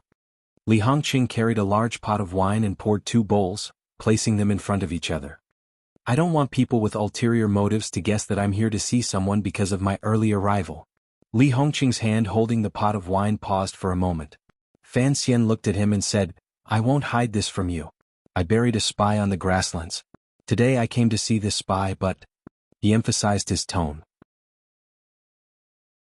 "Other than you, I don't want anyone else to know about this because the life and death of that spy will affect the lives and deaths of many people in the Qin kingdom." Li Hongqing thought for a moment and then nodded. He then said, "Just as you said earlier, I will take care of it. I will pick some prisoners on the death row to impersonate you. It will not raise any suspicions of people outside." "There is one more important thing," Fan Xian said. "The council needs a path to the Shihu tribe, and I don't want to be raided by the troops under your command, so I need your cooperation." Li Hongqing had already shaken off his earlier surprise and recovered his calm. "What exactly do you want to do?" "I will only remind you of one thing. Any grain you send to the grasslands could kill a soldier of the Qin kingdom." Without waiting for Fan Xian to open his mouth to explain, Li Hongqing stared into his eyes and continued, "I don't care what the court thinks. I don't care what schemes Director Qin has. I don't care if you are preparing to raise a spy to cause internal strife among the Hu people. However, I must remind you that the Hu people are a completely different kind of existence. You are not on the border, so you don't know their savagery and fickleness. You have to be careful about nurturing a tiger and inviting disaster." Fan Xian could feel the affection contained in the other party's warning. He nodded and comfortingly said, "Don't worry, I know what I'm doing." He raised his wine bowl and drank it all with Li Hongqing. He then let out a long breath and looked at the other party's bearded face and the wrinkles at the corners of his eyes. For a moment he didn't know what to say. The two of them sank into silence at the same time. The back garden was completely silent.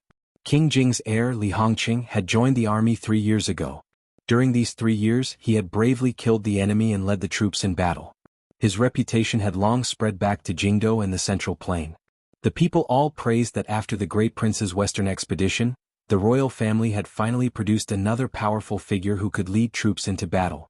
It was because of his military service that this member of the royal family, who once had an unclear relationship with the second prince, was able to obtain the emperor's trust and take over Yi Zhong's position. He began to control the military affairs of the entire Dingzhou western camp. However, it had already been 3 years. This once dissolute, confident and handsome heir had been polished into a different appearance by the wind and sand of the frontier fortress. Furthermore, he had not returned to Jingdou in 3 years. 3 years. Although the border is tight, looking at how you are in the general's manor, it's not like you don't have time to return to the capital. Fan Xian filled 2 bowls with strong wine and quietly said, "Why don't you go back?" Li Hongqing's hand gripped the edge of the wine bowl. His expression was heavy. After a long time he slowly said, "Go back to do what?" Fan Xian knew what he was afraid of and glanced at him with disapproval. "It's all in the past. If the emperor doubted you, how could he let you control the affairs of Dingzhou? To put it nicely, I am a general, but my control over the army is far lacking compared to the Yi families," Li Hongqing said with his head lowered. Li Hongqing lowered his head and said, "Of course, I also don't want the western camp to become my family's soldiers. As you can see, I only have 4 trusted aides in the manor. The officer who brought you into the manor is a member of the Yi family. I can trust him, but I can't trust the officials in Jingdo. During these 2 years, the emperor has carried out a total of 4 rotations. 1 in Yanjing, 1 in Nanzhao, and the other 4 roads have all come to Dingzhou to play. Li Hongqing raised his head and stared into Fan Xian's eyes. Although you have never been in command of an army, you should know that famous generals use experienced soldiers. This iron camp is truly flowing soldiers. If the general doesn't know the soldiers, how can the battle be good? When you return to Jingdo this time, you have to help me with something. Tell the emperor that the rotation cannot continue, Li Hongqing said in a heavy tone. The replenishment of troops has indeed become more than enough because of the rotation, but when it comes to fighting, it is not the case at all. Furthermore, the attacks of the 14 Hu tribes are becoming fiercer and more cunning. Fan Xian cut off his words and said, I know you've sent a document to the Bureau of Military Affairs. I've also seen the secret memorial you sent to the emperor, but you should know why the emperor has rotated these 2 years. Yanjing and Sangzhou are in a stalemate. The emperor is using the Hu people to sharpen his knives and train his soldiers for the future. It is a very difficult matter for you to make the emperor stop this move. I don't care about the great cause of unifying the world, Li Hongqing said angrily. Li Hongqing said angrily, that's right. If the day of the war comes, I am willing to be the emperor's vanguard and fight to the death on the battlefield. But right now we are in such a tight spot. If Shiliang Road is really crippled by the Hu people, how can we unify the world? At this moment there was only Fan Xian and him in the garden, so his words were particularly direct. He criticized the emperor's national policy as bullsh*t. In any case, he knew Fan Xian's personality and didn't care if he heard it. Fan Xian smiled bitterly and said, what can I do? In terms of military affairs, the emperor has never allowed me to interfere. It's not like you don't know. Li Hongqing sighed and raised his wine bowl to drink it all in one gulp. Cursing, he said in a low and pained voice, it is possible to use war to train soldiers. However, 10 batches of new soldiers come, 7 batches go back and 3 batches die on the grasslands. If we still use the old Dingzhou soldiers or the old subordinates of the Western Expedition Army that the Great Prince brought out, these people wouldn't have to die. But Fan Xian knew he had to remind Hongqing of some things to prevent him from unknowingly committing a taboo in the future. If we only use the Dingzhou army and the old subordinates of the Western Expedition Army, how can we attack northern Qi and Dongyi? During the Jingdo Rebellion 2 years ago, the Qin family's rebel army was almost completely wiped out. The internal structure of the army suddenly became unstable, and military power dropped rapidly. The emperor must use Dingzhou to pick up the edge of the Qing army again. There's no need to talk about this anymore. Don't bring this up to the court again. Not only will it have no effect, but it will also make the emperor unhappy. Of course, the emperor won't just watch you suffer here alone. A slightly mocking smile rose to the corners of Fan Xian's lips. Am I not also here? Li Hongqing shook his head and didn't continue to discuss this topic. Fan Xian looked at him and suddenly said, how often do you bathe now? Li Hongqing paused. I don't remember. About half a month to a month? Fan Xian sniffled and laughingly scolded, no wonder you smell so bad. Li Hongqing glared at him. Fan Xian smiled. Dingzhou has deep wells. There's no shortage of water. Furthermore, you're a general. Can't you even bathe? I'm too lazy. Li Hongqing smiled and shook his head. If you were like me and had once spent half a year fighting the Hu people on the grasslands and deserts, you would also be used to days without bathing. Besides, it's all work that involves fighting and carrying sticks. Beside me are a group of rough people. Who would care about this? The subordinates don't care, but do the concubines in the manor not care? Fan Xian picked up a cucumber and stuffed it into his mouth to chew as he spoke indistinctly. Li Hongqing paused. A moment later, he smiled slightly and said, there are no concubines in the manor. The people of the Yi family have all returned to the capital. I only left behind a few servants. Fan Xian raised his head in shock, not daring to believe his ears. King Jing's heir, Li Hongqing, had been famous in Jingdo for his dissolute ways. He secretly helped the second prince manage half the brothels and women under heaven. It could truly be said that he had a new person by his bed every night. Now he was alone in Dingzhou without a single concubine by his side. Seeming to guess what Fan Xian was thinking, Li Hongqing used his index finger to gently tap the wine bowl and quietly said, Ruoro doesn't like it, so I quit. Fan Xian was speechless. A moment later he faintly said, I've let you down in this matter. What have you done to let me down? Li Hongqing laughingly scolded. Fan Xian shook his head and didn't say anything more. He opened his mouth and said, "When I first saw you at Isher Tavern, you had an assistant at your side. You were free and at ease. I didn't expect you to become like this now. There's nothing bad about this appearance." Li Hongqing thought of the things that had happened around him these 5 or 6 years and felt slightly moved. That day at Isher Tavern, there was also Guo Baoquan, He Zongwei and their group. If Li Hongqing hadn't brought it up, Fan Xian might have already forgotten who Guo Baoquan was. "You punched Guo Baoquan and later broke up his family," Li Hongqing looked at Fan Xian and said with a not quite there smile. Li Hongqing looked at Fan Xian and said with a not quite there smile. He Zongwei has now become a very popular person in court and the emperor's favored official. The affairs of the world are all like this. For me to be able to stay out of it, relatively speaking, is not bad. Fan Xian smiled and didn't say anything. "You're ruthless enough. Before you entered the capital, Jingdo had been peaceful for a dozen years," Li Hongqing continued. "Ever since you entered the capital, people began to die one after another. Presumably, you also did not expect that bastard He Zongwei to be able to climb to his current position. The Imperial Censorate has your Overwatch Council by the neck in the capital. He has begun to enter the Hall of Governmental Affairs to discuss matters and has already begun to threaten you." It had to be said that Li Hongqing and Fan Xian's attitude towards Sir He was strangely the same, solemn. This was because they both held grudges and remembered He Zongwei's desire to eat Fan Ruoruo, the snow swan. Fan Xian smiled slightly mockingly and said, "The higher He Zongwei climbs, the faster he will fall in the future. I'm not worried about anything." "Of course you're not afraid of him." Li Hongqing smiled. "Although I haven't returned to the capital, I've heard of the nickname, Servant of Three Surnames. You must have come up with it." Fan Xian chuckled, tacitly agreeing to it. Li Hongqing pointed at his nose and sighed. "You still use the same tricks.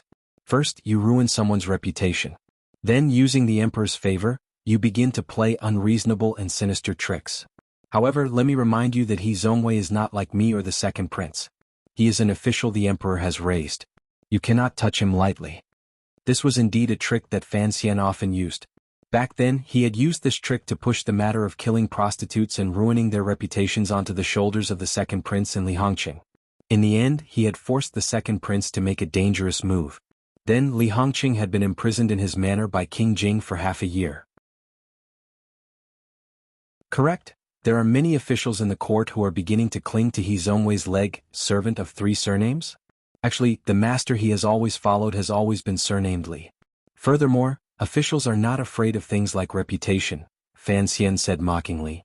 However, these officials probably did not think that no matter how the situation in the court develops, He Zongwei will find it difficult to escape death. What do you mean? Fan Xian didn't hide anything in front of Li Hongqing. He smiled coldly and said, "The emperor used the Imperial Censorate to check and balance the Overwatch Council and reduce its power. This was something he told me beforehand. I agree with this rule. The Overwatch Council's dominance is not a good thing for the court or the people.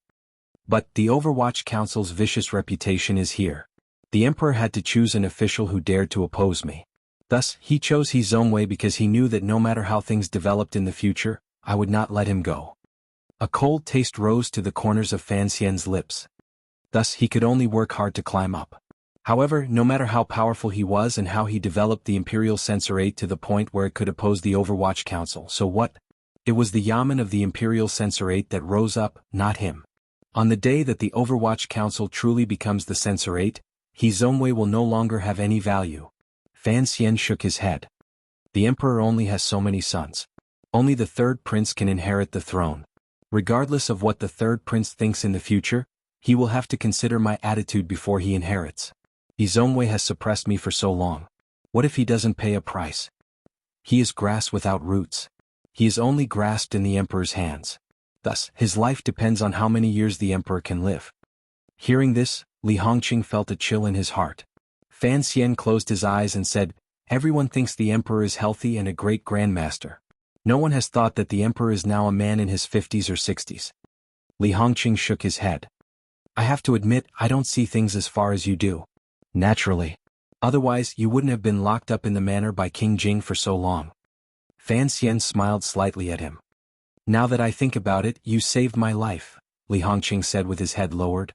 "If I had stayed in Jingdo 2 years ago, I'm afraid I would already be dead." He raised his head and sighed deeply. Just like the second prince. At the mention of the dead, the atmosphere became oppressive again. After a long time, Li Hongqing forced a smile and said, "Of course this matter cannot be blamed on you. The words you said to the second prince in the tea shop outside Baoyue brothel that day, he later told me. I know you just wanted to bring the second prince down and save his life. However, he is actually as stubborn as you. He doesn't listen to what others say." From the beginning, Li Hongqing had stood behind the second prince in the battle for the throne. After Fan Xian took control of the Overwatch Council, his powerful attacks had only beaten Li Hongqing out of the poisonous waters of Jingdo. He had not beaten the second prince out. Fan Xian knew that the reason Hongqing supported the second prince was not just because of future benefits. Rather, it was because they were good friends to begin with. "I am very sorry for their departure," Fan Xian said. "But there are too many things in this world that we cannot completely solve. I've always been curious." Li Hongqing stared into Fan Xian's eyes. Regardless of whether it is the second prince or the crown prince, they are both working hard to carry out certain things. It seems that only you, from the beginning, determined that the torment of these princes would end in a painful failure. How did you determine this? Did you, from the beginning, calculate that they had no chance of success? "This has to do with my education from a young age," Fan Xian replied seriously. "When I was young, grandmother would hold me and endlessly tell me that the emperor was like this, the emperor was like that, the emperor was undefeatable, and the emperor was like this. I got used to it, so I accepted it. Furthermore," he shook his head. "In the end, reality proved that the emperor was indeed undefeatable." Li Hongqing was silent and speechless. He could only shake his head. "You should go back to Jingdo. I know you're afraid of being reminded of the past, but it's good to see the second prince. He, Qingqian, the empress, and the eldest princess are all buried on a beautiful hill. The scenery is not bad." Fan Xian sincerely persuaded this prodigal son who had left home and refused to return. "Besides, the prince's health is getting worse and worse. As his son, you have to go back and see." Li Hongqing did not agree. He only sincerely said, "Father was seriously ill last year. It was all thanks to you taking care of him." Rojia's letter said thank you. "There is no need for thanks between us." Fan Xian looked at him and casually said, "At the end of the year, Ruoruo will be returning to the capital." Li Hongqing abruptly raised his head. His eyes lit up. "Yiling came to Dingzhou to relax. How come I don't see her?" Fan Xian did not continue the previous question. Instead, he asked about another person he cared about a lot. After the second prince died, one had accompanied Yiling for a while. In the end, it was not very effective. Later, it was Yi Zhong who asked for an edict to have his daughter sent back to Dingzhou, where she had grown up. Li Hongqing was in Dingzhou. His friendship with the second prince was not shallow. It was indeed appropriate for him to take care of Yiling. Li Hongqing laughed bitterly and said, "After this Wang Fei saw the grasslands, her mood improved greatly. However, she is not someone who can stay idle. At this time she is in Qingzhou." "Qingzhou." Fan Xian sucked in a cold breath and said with blame, "That is the farthest city. It could start a war with Shihu at any moment. What can I do?" Li Hongqing glared at him. "There are countless old Yi family generals in the western camp. Those generals look at Yiling like she is a little ancestor. They don't even dare to make a sound. If she wants to go to the frontier to fight, kill, and heal, how can I stop her?" Fan Xian repeatedly shook his head and scolded, "What nonsense." Immediately after, he suddenly thought of something and said, "Fortunately, I'm about to go to Qingzhou. When I come back, I'll kidnap her and bring her back." After these words were said, it was Li Hongqing's turn to suck in a cold breath. He cursed angrily, "You're going to Qingzhou? Do you want something to happen and then the emperor to slaughter the entire Dingzhou army to accompany you in death?" The cover has changed. Everyone please look. This is the final Qingyu Year cover. Thank you for bringing out the crazy knife again. Also, I'm about to add the introduction. Yes, it's the last volume. I've done everything that needs to be done. Friends with monthly votes, please help vote. This month I still need everyone's support. If I don't ask, there won't be any votes. Objective reality, please help me. P.S. I recommend a book, Food and Lust in the Tang Dynasty. The introduction is as follows. A few voluptuous girls, because they were drunk, transmigrated to the Tang Dynasty. They don't understand ancient Chinese and can't read ancient characters. With great difficulty they start a business and settle down peacefully. Then they run into Li wanting to cause trouble at Xuanwu Gate. Seeing that their dream of food and lust had become a bubble, survival or destruction was the question they needed to consider. Book number 1049646.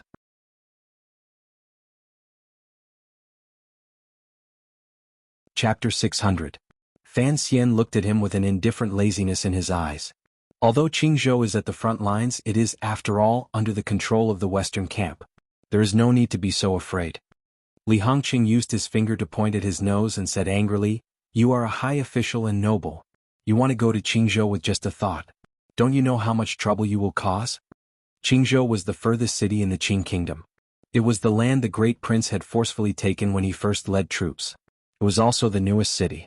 It hung on the edge of the grasslands and was empty on three sides. It was often at the point of conflict between the two sides. If she who knew that the Overwatch Council and Fan Xian had entered deep into Qingzhou, they would probably attack at all costs. Fan Xian swatted away the finger that was about to point at his face and angrily said, "Are you not a high official and noble? Is Prince he not? Is Yilinger not? But we are all in the military camp."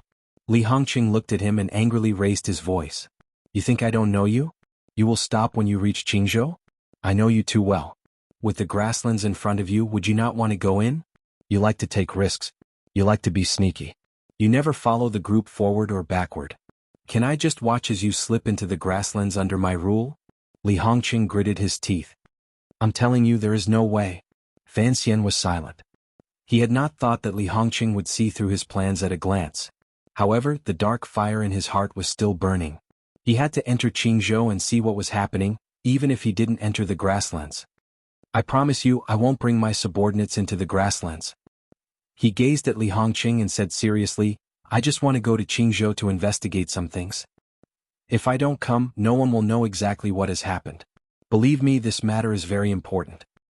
"What are you investigating in Qingzhou?" Li Hongqing calmed down and looked at him. "If you have an edict, I will let you go.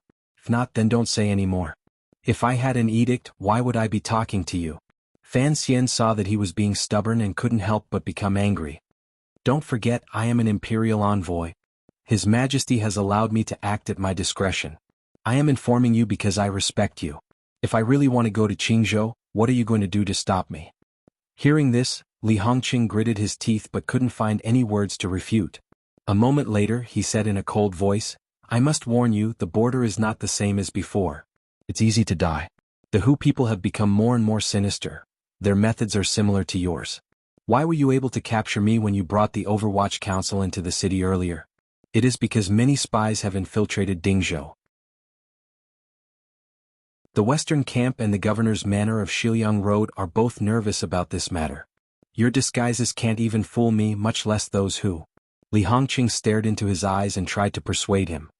"Yilinger is different from you. The Yi family is still respected by the Hu people in the West, but your reputation represents the face of the court. If the Hu people can kill you, they will pay any price." "Spies? There are indeed many spies." Fan Xian let out a long breath and faintly said. "In the past 30 years, the Hu people have been unable to send spies into our territory because we look too different. In these 2 years, it has increased. I am also very curious as to where these spies who sell our intelligence to the Hu people came from." A strange light flashed through Li Hongqing's eyes. Fan Xian gazed at him and said, "The most important purpose of my trip this time is to dig out that person as well as everyone connected to that person. For this matter, I have prepared for 4 whole months. If you want to stop me, go ask the emperor for an edict." Li Hongqing raised his hands to indicate that he had given up.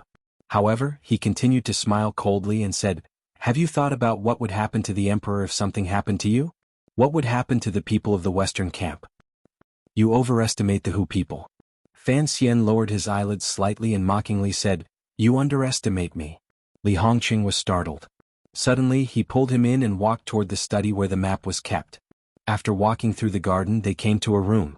Lighting a lamp, Li Hongqing spread out a large map and slapped his palm heavily on a spot in the extreme west. In a cold voice he said, "Look at the position of Qingzhou.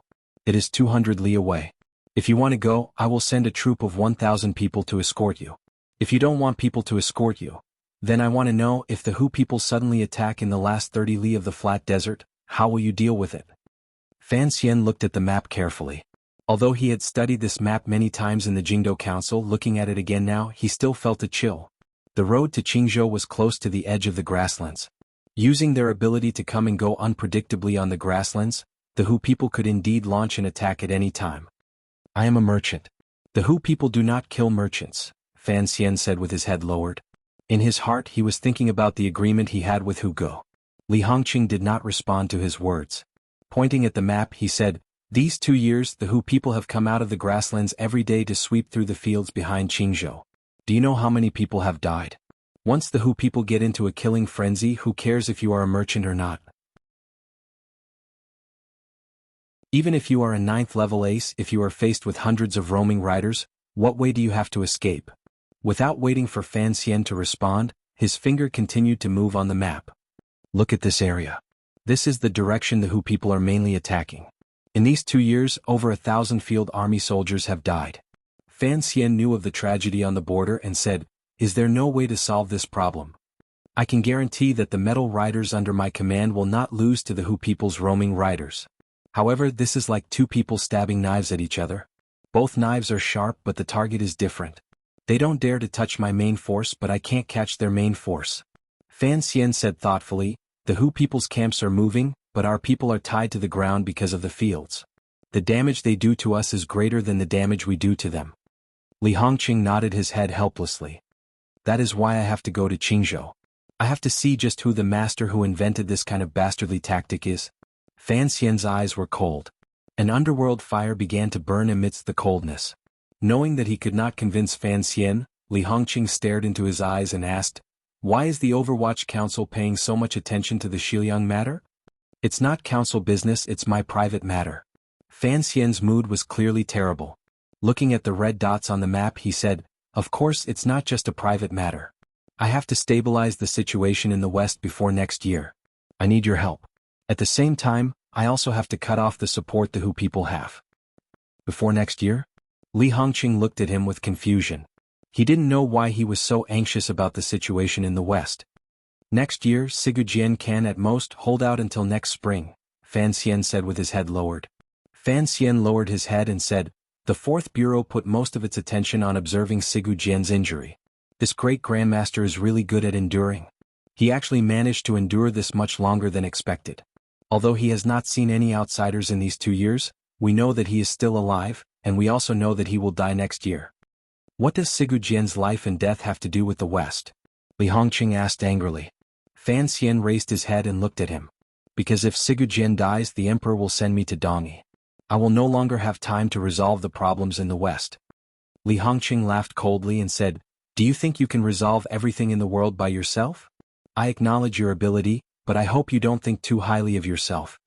Fan Xian knew that the other party's words did not have any ill intentions. He spread out his hands and said, "After Sigujian, Dongyi will always lean to one side, regardless of whether it is the Qin kingdom or northern Qi. The biggest problem is how do we smoothly transition Dongyi into our hands? Or if the 2 sides fight, Dongyi can still maintain a neutral position." "That's impossible." Fan Xian smiled self-mockingly and shook his head. "Once Sigujian dies, the conflict between the master of the city and the sword hut will explode. What right does Dongyi have to be neutral? But you still haven't explained what this has to do with you rushing to Xiliang." Fan Xian glanced at Li Hongqing helplessly. After a moment of silence, he said in a low voice, "The reason is simple. I have to prove to the world that I can resolve the problems of Xiliang and Dongyi." "And then?" Li Hongqing looked at him suspiciously. "Then I want to prove to the emperor that if we truly want to unify the world, we don't necessarily have to fight. Even if we have to fight, it doesn't have to be a martial battle. A civil attack is also possible. Even if we have to fight, if we can, we will." Fan Xian's voice grew quieter and quieter. It was so quiet that even he didn't believe these words. Li Hongqing was also dumbfounded. He sat silently to the side, wondering if he had heard incorrectly. Li Hongqing suddenly stood up and quickly paced back and forth in the study. It was as if he was digesting the news he had just heard. A moment later he stood by Fan Xian's side and laughed uncontrollably. His laughter was filled with absurdity. "Are you an idiot?" Li Hongqing let loose a torrent of abuse at him. "How can you think of such a childish idea? Do you think you're an immortal who can resolve the Hu people without using a single soldier? Without using a single soldier you can resolve Dongyi and northern Qi?" Li Hongqing's entire body shook with anger. Pointing at Fan Xian's face, his fingertips shook wildly. I thought you had some great idea going to Qingzhou, but it's such a childish and chaotic battle. What exactly do you want to do? Have you really been flattered by the Imperial College students to the point of forgetting your own name? Do you really want to be a saint? Li Hongqing abruptly grabbed Fan Xian's clothes and gritted his teeth. Are you crazy? No one in the world will obediently do as you say just because of what you think. The two of their faces were very close. Li Hongqing looked at the darkness in Fan Xian's eyes and roared in a low voice, "Prove to the Emperor? What exactly are you thinking about?" Fan Xian lowered his head and said in a low voice, "What am I thinking about? If I said I hope for the world to be peaceful and without war, would you think this idea was absurd?" Li Hongqing let go of his hands. Fan Xian sat back down in the chair. He looked at Fan Xian and shook his head for a moment. He was so shocked he couldn't speak. As a man of the Qing kingdom, how could he hate war so much? Fortunately, he knew how many times Fan Xian had experienced life and death situations in his life. He was not a person who craved life and feared death. This idea is not absurd, Li Hongqing said each word clearly. Rather, it cannot even be considered an idea. Fan Xian raised his head and said fiercely, "Why not? If I can use my own power to unify the world, why would the Emperor need to go to war and let tens of thousands, hundreds of thousands, millions, or even tens of millions of common people die for this glorious goal? For the sake of so many lives, why can't I think like this?" Fine. Li Hongqing nodded his head repeatedly. You can think like this, but you will never be able to do it. Furthermore, I advise you not to let the Emperor know of your thoughts. Otherwise he will certainly think you are crazy. I have been crazy to begin with. Fan Xian closed his eyes and faintly said, "You don't know how I've lived these 2 years. Every day I think about this problem. It seems that in the next moment, a great battle will erupt. Those common people who don't understand anything will die under horses or under knives and spears. I want to change all of this, but I don't know how to do it. No one can help me. No one can help me." He suddenly became angry. Opening his eyes, he stared at Li Hongqing and extended a finger. In a loud voice he said, "They've all left. Qin Pingping doesn't care anymore. Father has retired. Lin Ruofu has been scared into an old rabbit by the Emperor in Wuzhou. And the boss? He'd probably be happy to go to war and not stay in Jingdou. Uncle Wu Zhu had also left. It was only him," Fan Xian added in his heart. "It's only me." Fan Xian's lips trembled slightly. He gritted his teeth and said fiercely, "It's only me who thinks and struggles at night. I'm not satisfied. I know that this is a difficult goal to reach, but I still have to try." Absurd. Laughable. Childish. Li Hongqing shook his shoulder as if he wanted to shake this madman awake. The Emperor used 30 years of time to create such a wonderful situation. Jiu? If the Emperor is prepared, he can beat them into trash at any time. In the current situation, you want to go against His Majesty? Let me tell you, the Emperor doesn't need you to do these things for him. He has enough power to do it himself. Li Hongqing looked at Fan Xian like he was looking at an idiot. In these 2 years, you had the Overwatch Council purposely reduce its power in order to stabilize the court. You allowed the palace treasury to regain its former glory, replenished the national treasury and replenished military expenses. If you truly helped him pacify Shihu and take back Dongyi, you would have already made all the preparations for the Emperor before a great battle. Yet, you want the Emperor to give up on the idea of starting a war at this time? Do you think the Emperor is crazy, or are you crazy? What exactly happened? What has happened to you these 2 years? Li Hongqing looked at Fan Xian in disbelief. The world is at peace. This sort of thing has never happened before. At least while I am alive, I hope for world peace. This can be considered my life's dream. Fan Xian smiled self-mockingly. After a moment of silence, he said seriously, "Ever since I was young in Danzhou, I had always thought about what I wanted to do in this life. Later on, I gradually understood that if the world could be at peace, that would be for the best." 2 years ago in Jingdou. Fan Xian raised his head and looked at Li Hongqing's closely bearded and concerned eyes. Faintly he said, "I watched the second prince vomit blood and die, the eldest princess stab herself to death, and so many rebel soldiers, imperial soldiers and subordinates of the Overwatch Council. Because of the goal of unifying the world, they became sacrifices on the Emperor's path. It was at that time that I solidified this dream. Is it laughable? I've also seen dead people." Li Hongqing glared at him. "In these 3 years on the grasslands I've seen more dead people than you, but what can I do? History is always like this. Your dream has always been laughable, do you know that? A laughable dream is still a dream. Fan Xian crossed his hands in front of his chest and recovered his calm. Quietly he said, if a person doesn't have a dream, then what difference is there between them and a salted fish? In the entire Qing kingdom, no one will support your so-called dream. Li Hongqing gradually calmed down. He shook his head and said with pity, including Director Chen and Minister Fan, no one will support your thoughts. I understand, Fan Xian said. I have always been different from most people in the world. I just want to use facts to convince the emperor. The emperor will never be convinced by others. Li Hongqing emphasized his tone. Who knows what hasn't happened? Fan Xian stood up. Don't forget, I am now the father of 2 children. You will have to get married and have children in these 2 years. We have to leave something for our descendants. At least, I hope it won't be a chaotic world filled with endless war and corpses. You don't think the emperor will unify the world? Li Hongqing asked after a long silence after hearing Fan Xian's words. It is easy to conquer the world but difficult to rule it. Fan Xian tidied up his messy clothes and slowly said, back then the northern expedition broke up the Wei kingdom and allowed the Zhan family to inherit the throne. The people of Jiangnan, Jiangbei, Shandong and Yanjing easily submitted, but the people of the Wei kingdom will not so easily lower their heads. Even if the Iron Riders of the Qing kingdom break into Shangjing, it will take decades for the people to acknowledge the rule of the Li royal family. Accurately speaking, it will take decades of suppression and slaughter. Fan Xian walked toward the outside of the room.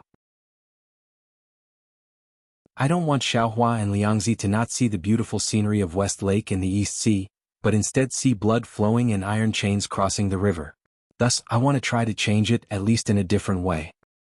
But decades of blood and iron can be exchanged for 10,000 years of peace. Li Hongqing still could not accept Fan Xian's way of thinking. The situation of the world will unite after a long time and separate after a long time. Unifying the world may bring more benefits to the people, but I can't think that far ahead, Fan Xian said. I once said this to Yan Bingyun. I can only think about the moment I am alive and the moment my children are alive. I just don't want to be a salted fish. I don't want to be a saint. After saying this, Fan Xian walked out of the room. Inside the room, Li Hongqing's palms pressed against the map and suddenly said, Why are you telling me this? Fan Xian didn't turn around. He smiled and replied, We are friends. I won't hide my thoughts from my friends. Then he thought of his friend in the flowery dress. His heart throbbed with pain.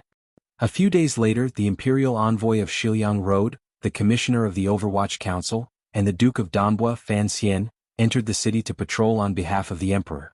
The governor of Shiliang Road and the general came out of the city to welcome him. The entire city celebrated for 3 days. At the end of the 3 days, the general's manor investigated the case of the spies in the mutton shop. They found that Jiangnan merchants had secretly colluded with Hu bandits and smuggled salt and iron. A total of 14 people were executed. After the banquet, the imperial envoy left the city to send him off. On the same day, the imperial envoy, Fan Xian, had already disguised himself as a merchant and boarded a carriage headed toward Qingzhou, beginning his journey to investigate the case. Just as he had said to Li Hongqing that night, he had to calm the situation in Shi Lake and peacefully subdue Dongyi before the world went to war. Only then could he prove his ability to the emperor and the feasibility of his methods. However, this trip to Shi Lake was not only a step for Fan Xian to break away from his salted fish life. More importantly, he was going to resolve a matter that made him very angry. This matter could not be explained clearly to Hongqing. The carriage moved forward on the road between the boundless fields. In front and behind the carriages, Overwatch Council subordinates were watching everything cautiously to prevent the Hu people's grass-clearing troops from suddenly attacking. Fan Xian hoped that a small group of Hu people would come. Unfortunately, after that night, Li Hongqing had first launched the autumn attack in the 9th year of the Qing calendar. In an instant, the Shi Lake riders had killed their way back to the foot of Tianshan. On the grasslands, the empty rear of Qingzhou immediately became quiet. Fan Xian drew back his gaze from outside the window. He knew that the large movements of the western camp were completely to ensure his safety. Although Hongqing had not said it explicitly, he was using his actions to help him. His gaze landed on a knife in his hand. The style of this knife was normal, but it was made of very good material. It was definitely not something the Hu people's level of craftsmanship could make. The problem was, this knife was the Hu weapon they had seized from Qingzhou 5 months ago. The officials of the 4th Bureau in Qingzhou had cautiously sent this knife back to Jingdo and presented it in front of Fan Xian's eyes. This knife did not have any markings that could be used to investigate its origins, but Fan Xian recognized it at a glance because this kind of knife was made by a secret workshop on the side of the North Sea. Fan Xian's eyes were filled with a fire of anger that was difficult to suppress. The Jinqi in his body released and, with a crack, snapped the knife in two.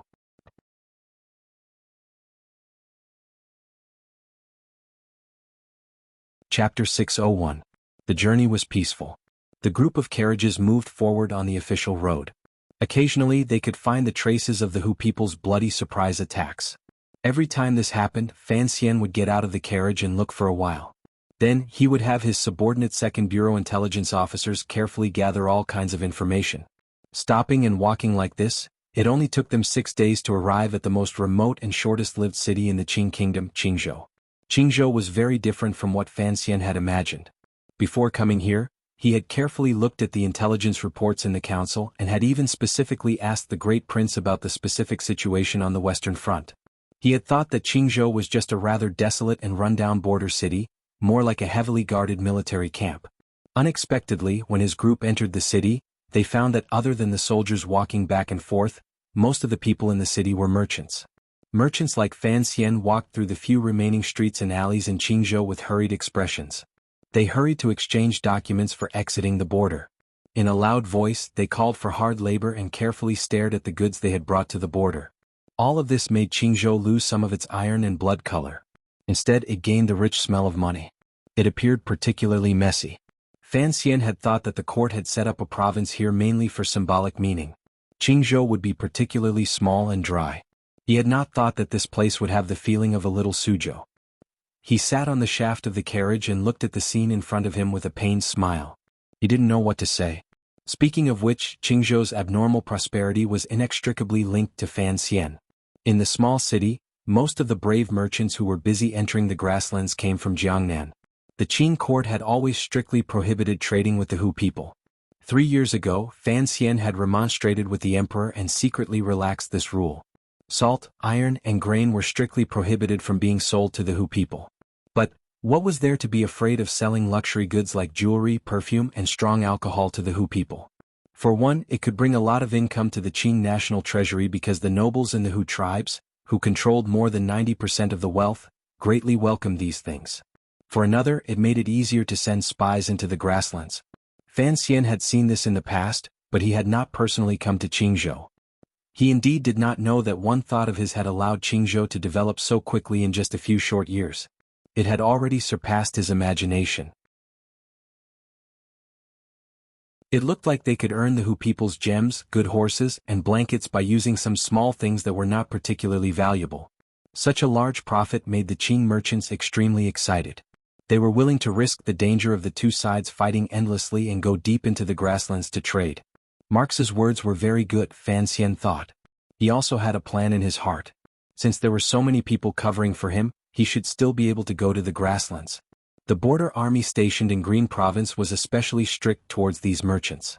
Even though those merchant companies vigorously stuffed banknotes into the officers' hands, they still didn't speed up the inspection.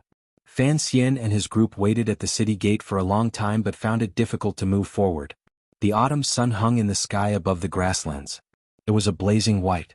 Although it did not give the merchants and soldiers in the city too much of a test of heat, this kind of brightness made people's emotions begin to become irritated. After all, Qingzhou was too special. It was a strange city formed by soldiers and traveling merchants. When the soldiers became irritated, their attitude toward the merchants became much worse. Although the merchants' emotions were similarly irritated, they still lowered their heads and smiled obsequiously. Until today, the soldiers of the Western camp still could not understand why the imperial court would allow these greedy bastards to pass through Qingzhou and enter the grasslands to curry favor with their mortal enemies, the Hu people. As they sent out the documents, they were cursing in their hearts with ill intentions. They hoped that these shameless bastards who did not care about their lives for money would die on the grasslands under the arrows of the Hu people and never come back. Outside the inspection yamen, there were a few black-robed Overwatch Council officials sitting beside the officers and supervising the inspection of goods. Fan Xian gave Mu Feng a meaningful glance.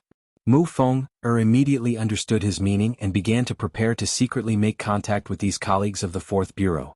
After arranging everything, Fan Xian impatiently continued to wait in the carriages. He jumped off the shaft of the carriage and patted the dust off his bottom.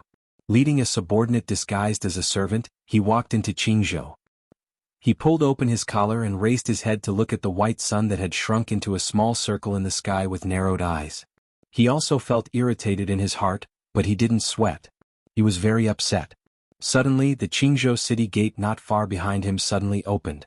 A series of urgent and orderly horse hooves rang out outside the city gate, startling the long line of merchants waiting to inspect the goods. Everyone looked toward the city gate with curiosity. They didn't know which troop had returned. The troops returning at this time should have been out hunting rabbits on the grasslands after not returning all night. Hunting rabbits was a slang on the border. It had the same meaning as the Hu people's so-called gathering grass and grain. The Qing kingdom and Shi Hu had continuously stabbed at each other. They relied on this kind of sweeping and counter-sweeping to maintain the blood hatred between them. Although the Qing army was powerful, the troops that dared to leave the city to fight in the middle of the night still appeared very courageous. Fan Xian also heard the dense sound of horse hooves. He pulled his gaze back from the sky and looked toward the city gate. Perhaps it was because the sun in the sky was too hot that it left a burning white mark on his retina. When he gazed at the group of weather-beaten riders outside the city gate, particularly the general at the very front of the riders, it was like he was looking at the sun. The general leading the riders bravely attacking the grasslands at night was not tall. Contrasted by the armor, she appeared slightly thin and small. However, Fan Xian felt that her body was suffused with light. Especially the pair of eyes under her eyebrows that were as dark as the distant mountains. Her eyes were still very bright, so bright that there was not a trace of impurity. They were like jade reflecting the sunlight. However, her brows were furrowed. It seemed that she was thinking more than many years ago. The armor on her body was stained with blood. The horse beneath her was very tired. It looked like she had experienced a true battle last night. As if pierced by that pair of clean eyes, Fan Xian closed his eyes and lowered his head, hoping that she had not discovered him. A strange feeling welled up in his heart. This scene seemed to prove that something like time did not just advance in one direction. 5 years ago, Fan Xian had come to Jingdou from Danzhou. Outside the city gate, he had seen this girl with brows like distant mountains and eyes like jade. However, the girl who had called him teacher back then wore a light-colored dress and a playful white deerskin hat. Today the girl was wearing a dusty military uniform and had an awe-inspiring aura. Time had changed many people and changed many people. It seemed that the only thing that did not change was their names. Fan Xian lowered his head deeply and used his subordinate's body to hide his figure. On the horse Yi Ling'er was clearly tired. She did not notice that there were old acquaintances among the merchants on the side of the street. When the merchants realized that the leader of the riders was Yi Ling'er, they withdrew their gazes. These merchants, who had come to Qingzhou for many years, were already used to this scene. Since it was the young lady of the Yi family who led the troops out of the city, regardless of whether it was night or day, she would have to kill some Hu people before she was willing to return to the city. 2 years had passed since the Jingdou rebellion. The emperor was grateful for the Yi family's loyalty and gave a special edict to take away Yi Ling'er's title of Wangfei. In reality, he was silently allowing this girl to remarry.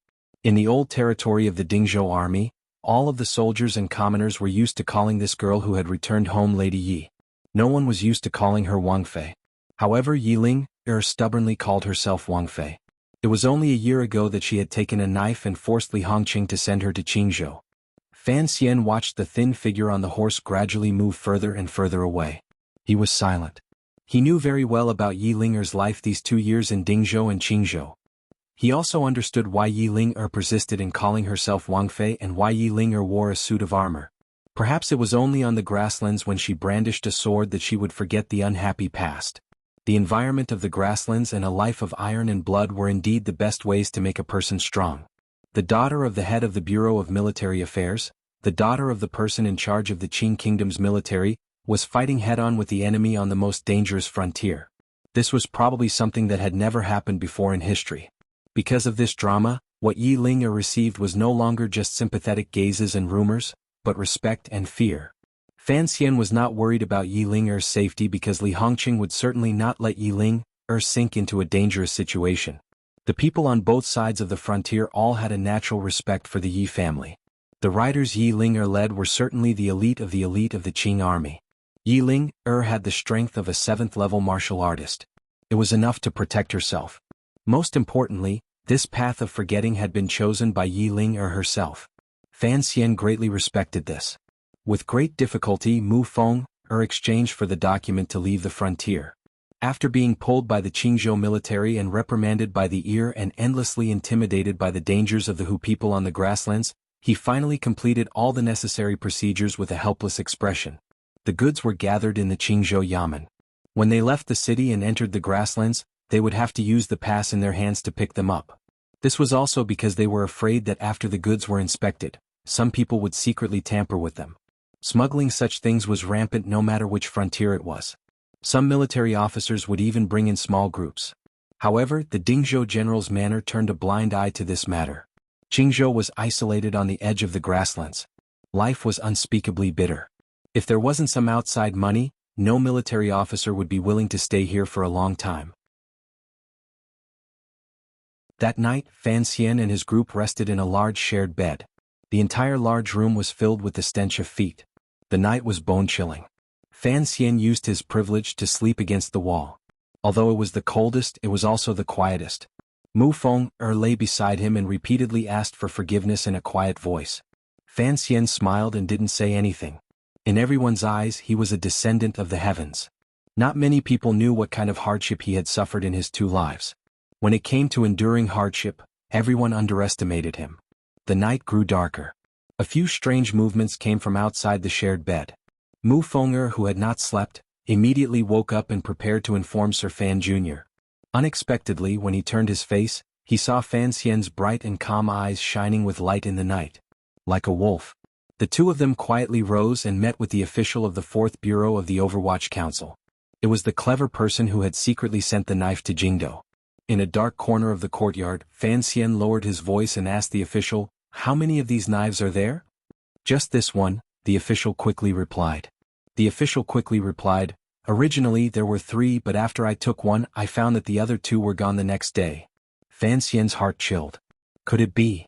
The official knew what he meant and shook his head. "It's not from the Western University. These spoils of war are not eye-catching. They are all piled up in the warehouse and no one notices. As for those 2 knives, they should have been stolen by someone. I'm not sure who stole it." "You didn't watch that night?" Fan Xian stared into the official's eyes. The official raised his head and replied in a small voice, "I watched all night and didn't find anything." He paused and then said, "If someone could steal a knife in front of me, it must be an ace." For some reason, Fan Xian trusted this subordinate's confident judgment. He smiled and asked, "How high?" "As high as the 9th level," the subordinate replied cutely. After a few words, Fan Xian found that he liked this 4th Bureau official whose name he didn't know very much. He didn't know where this liking came from. He glanced at the official curiously and didn't say anything. He thought to himself that the 9th level disciples under heaven were all famous and powerful figures. How could a 9th level appear in this remote Qingzhou? Although liking was liking, Fan Xian's eyes under his slightly lowered eyelids became icy. His fingers bent slightly, ready to strike and kill the official in front of him at any moment. "One last question. Why are you so interested in this knife?" The knife that had been broken in the carriage had a very common style. If Fan Xian had not been very familiar with the material used to make the knife, he would not have discovered the hidden danger within. The 4th Bureau official did not feel Fan Xian's hidden but unreleased killing intent. Very respectfully he said, "Sir, I am a member of the Qinian unit." The official knelt on one knee and presented an item with both hands. Fan Xian accepted the item and slowly stroked it in his palm. His heart was empty. This was the token of his most loyal subordinate. However, he truly knew nothing about this official's existence. He confirmed the other's identity and no longer had any doubts. He nodded his head. The official stood and said in a low voice, "I was personally chosen by Sir Wang to join the team. However, I have never stood out. A few years ago I had been in the 3 large workshops. At the beginning of this year I was moved to Qingzhou. Looking at this knife, I felt it was strange because this knife embryo should be a Type B steel from the 3rd large workshop. In the past, the weapons produced by the palace treasury may have been lost on the battlefield, but this kind of knife has not been distributed to the military. I felt the situation was urgent, so I quickly informed you." Fan Xian nodded and took a deep breath. He knew his good luck was still continuing. However, he didn't know who the 9th level ace who had stolen the 2 knives was. He secretly deduced that if that person was his enemy, the court would probably be full of words attacking him for treason by now. Since the court was quiet, it meant that the person who had stolen the knives also wanted to help him cover up.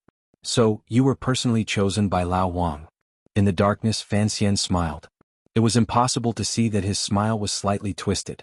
No wonder your words are so interesting. Fan Xian opened his mouth again and said, concerning the name Songji Xianling, have you found anything? The official stood and reported seriously, there have indeed been a few more outsiders in the Hu King's camp these 2 years, but there is no Songji Xianling. I have no leads. Fan Xian said. I have already had the second bureau investigate this name. Wait here. Once there is news, immediately send someone into the grasslands to inform me. You are going to the grasslands? I am going to find the person who stole the knives. Fan Xian's voice was very cold. Immediately after, it softened. He patted the official's shoulder and said, you did well this time. After you finish investigating this case, return to the capital to help me. Thank you for your promotion. The official was overjoyed and knelt down to accept the order. He lowered his voice but could not suppress his joy. I haven't seen Sir Wang in 2 years. I wonder if he is well. Concerning Wang Qingyan's whereabouts, Fan Xian had never made it clear to the officials in the council. Everyone, including Yan Bingyun and the others, thought that Lao Wang had gone to carry out the commissioner's secret mission. No one suspected anything.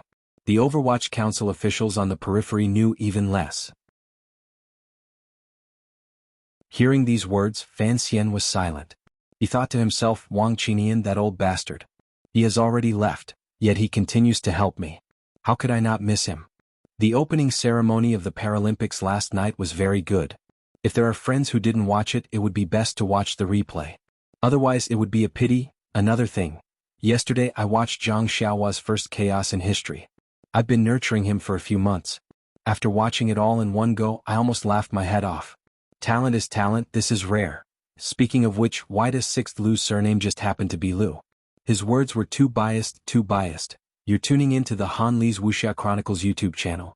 We're so grateful for your support, and don't forget to subscribe to join us on this incredible journey through captivating stories. Your generosity through donations truly makes a world of difference, as it's the primary source of revenue that allows me to expand and enhance this channel for you. Thank you from the bottom of my heart for being a part of this adventure.